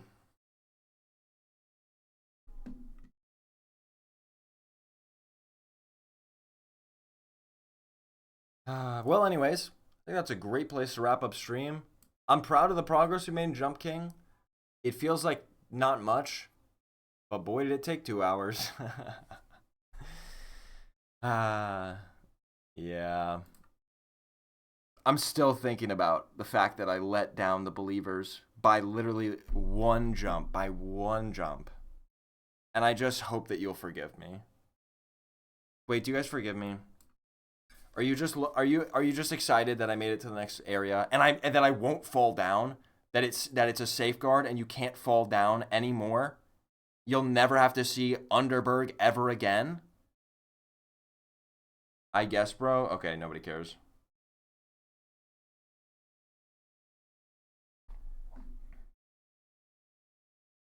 Oh, what's with the auto-suggested replies? Yeah.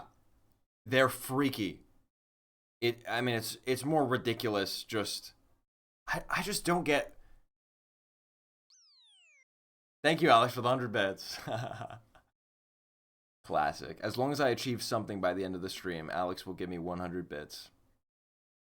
I just don't get anything that's like AI automated responses to like help you connect with your customers or help you connect with your community more. What, by literally not formulating my own responses to the community?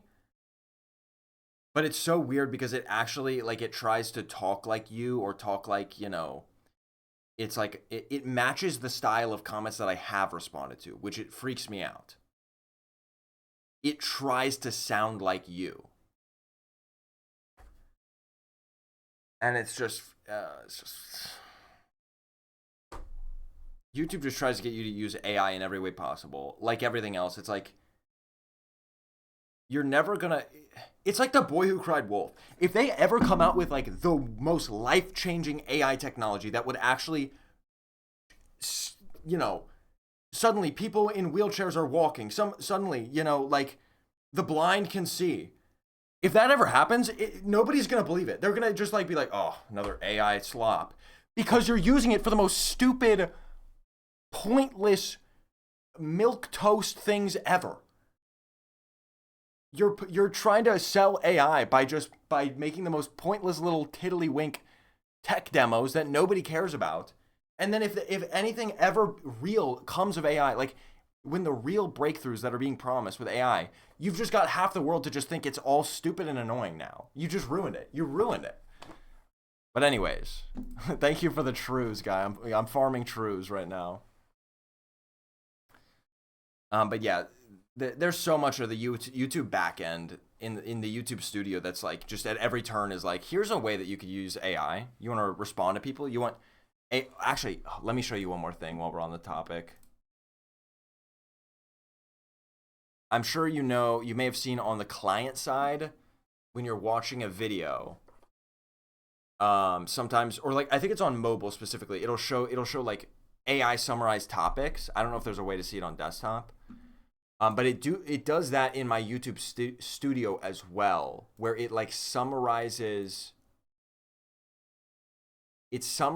recent posts from my community. Maybe it doesn't do it on desktop. Maybe it's only on the mobile app. The YouTube Studio mobile app is oh, well, here's something. I've never tried using this, but there's this search bar with a little sparkle, so that's how you know it has to be AI. And it says examples of what you can find. So you can like click this and it will do like an AI search to find comments that match this. 3 cheers for not promoting gambling. Okay, so now it's just excitement and enthusiasm. So it's got people saying huzzah and yay and yay and JSD, HSD, HSD. But in the YouTube Studio app, it like if I go to the comments tab, the first thing it shows me is like here's what people are saying about your latest upload. And it will be like people are loving the blank and the blank. It'll be like an AI generated like give me a debrief of what people think of my video. It's silly. Because at the end of the day, it's not a meaningful way to actually process comments, and you're not actually even reading anybody's comments. Whatever. You know how I feel about this, but damn is true. Damn is. I used to get that comment a lot. Good times. Okay, well, thanks guys for hanging out. It's been a fun time. Good day at Jump King. Had some good jumps in there. Had some bad jumps too, but you know how it goes. Thanks for hanging out. It's a fun time. Thanks for the bits. Thanks for the subs. Thanks for the watching. Thanks for being a jam labber, jam lad or a jam lass, or a jam non-binary. And I hope you all have a great rest of your day or a great night. I'll see you again soon. Take care, all. Take care. Bye now. So long. Au revoir. Not too late to turn on the last 2 FIFA fixtures for tonight. Belgium versus New Zealand. I'm about to check the scores. It's like halftime now almost. Okay, bye. Take care.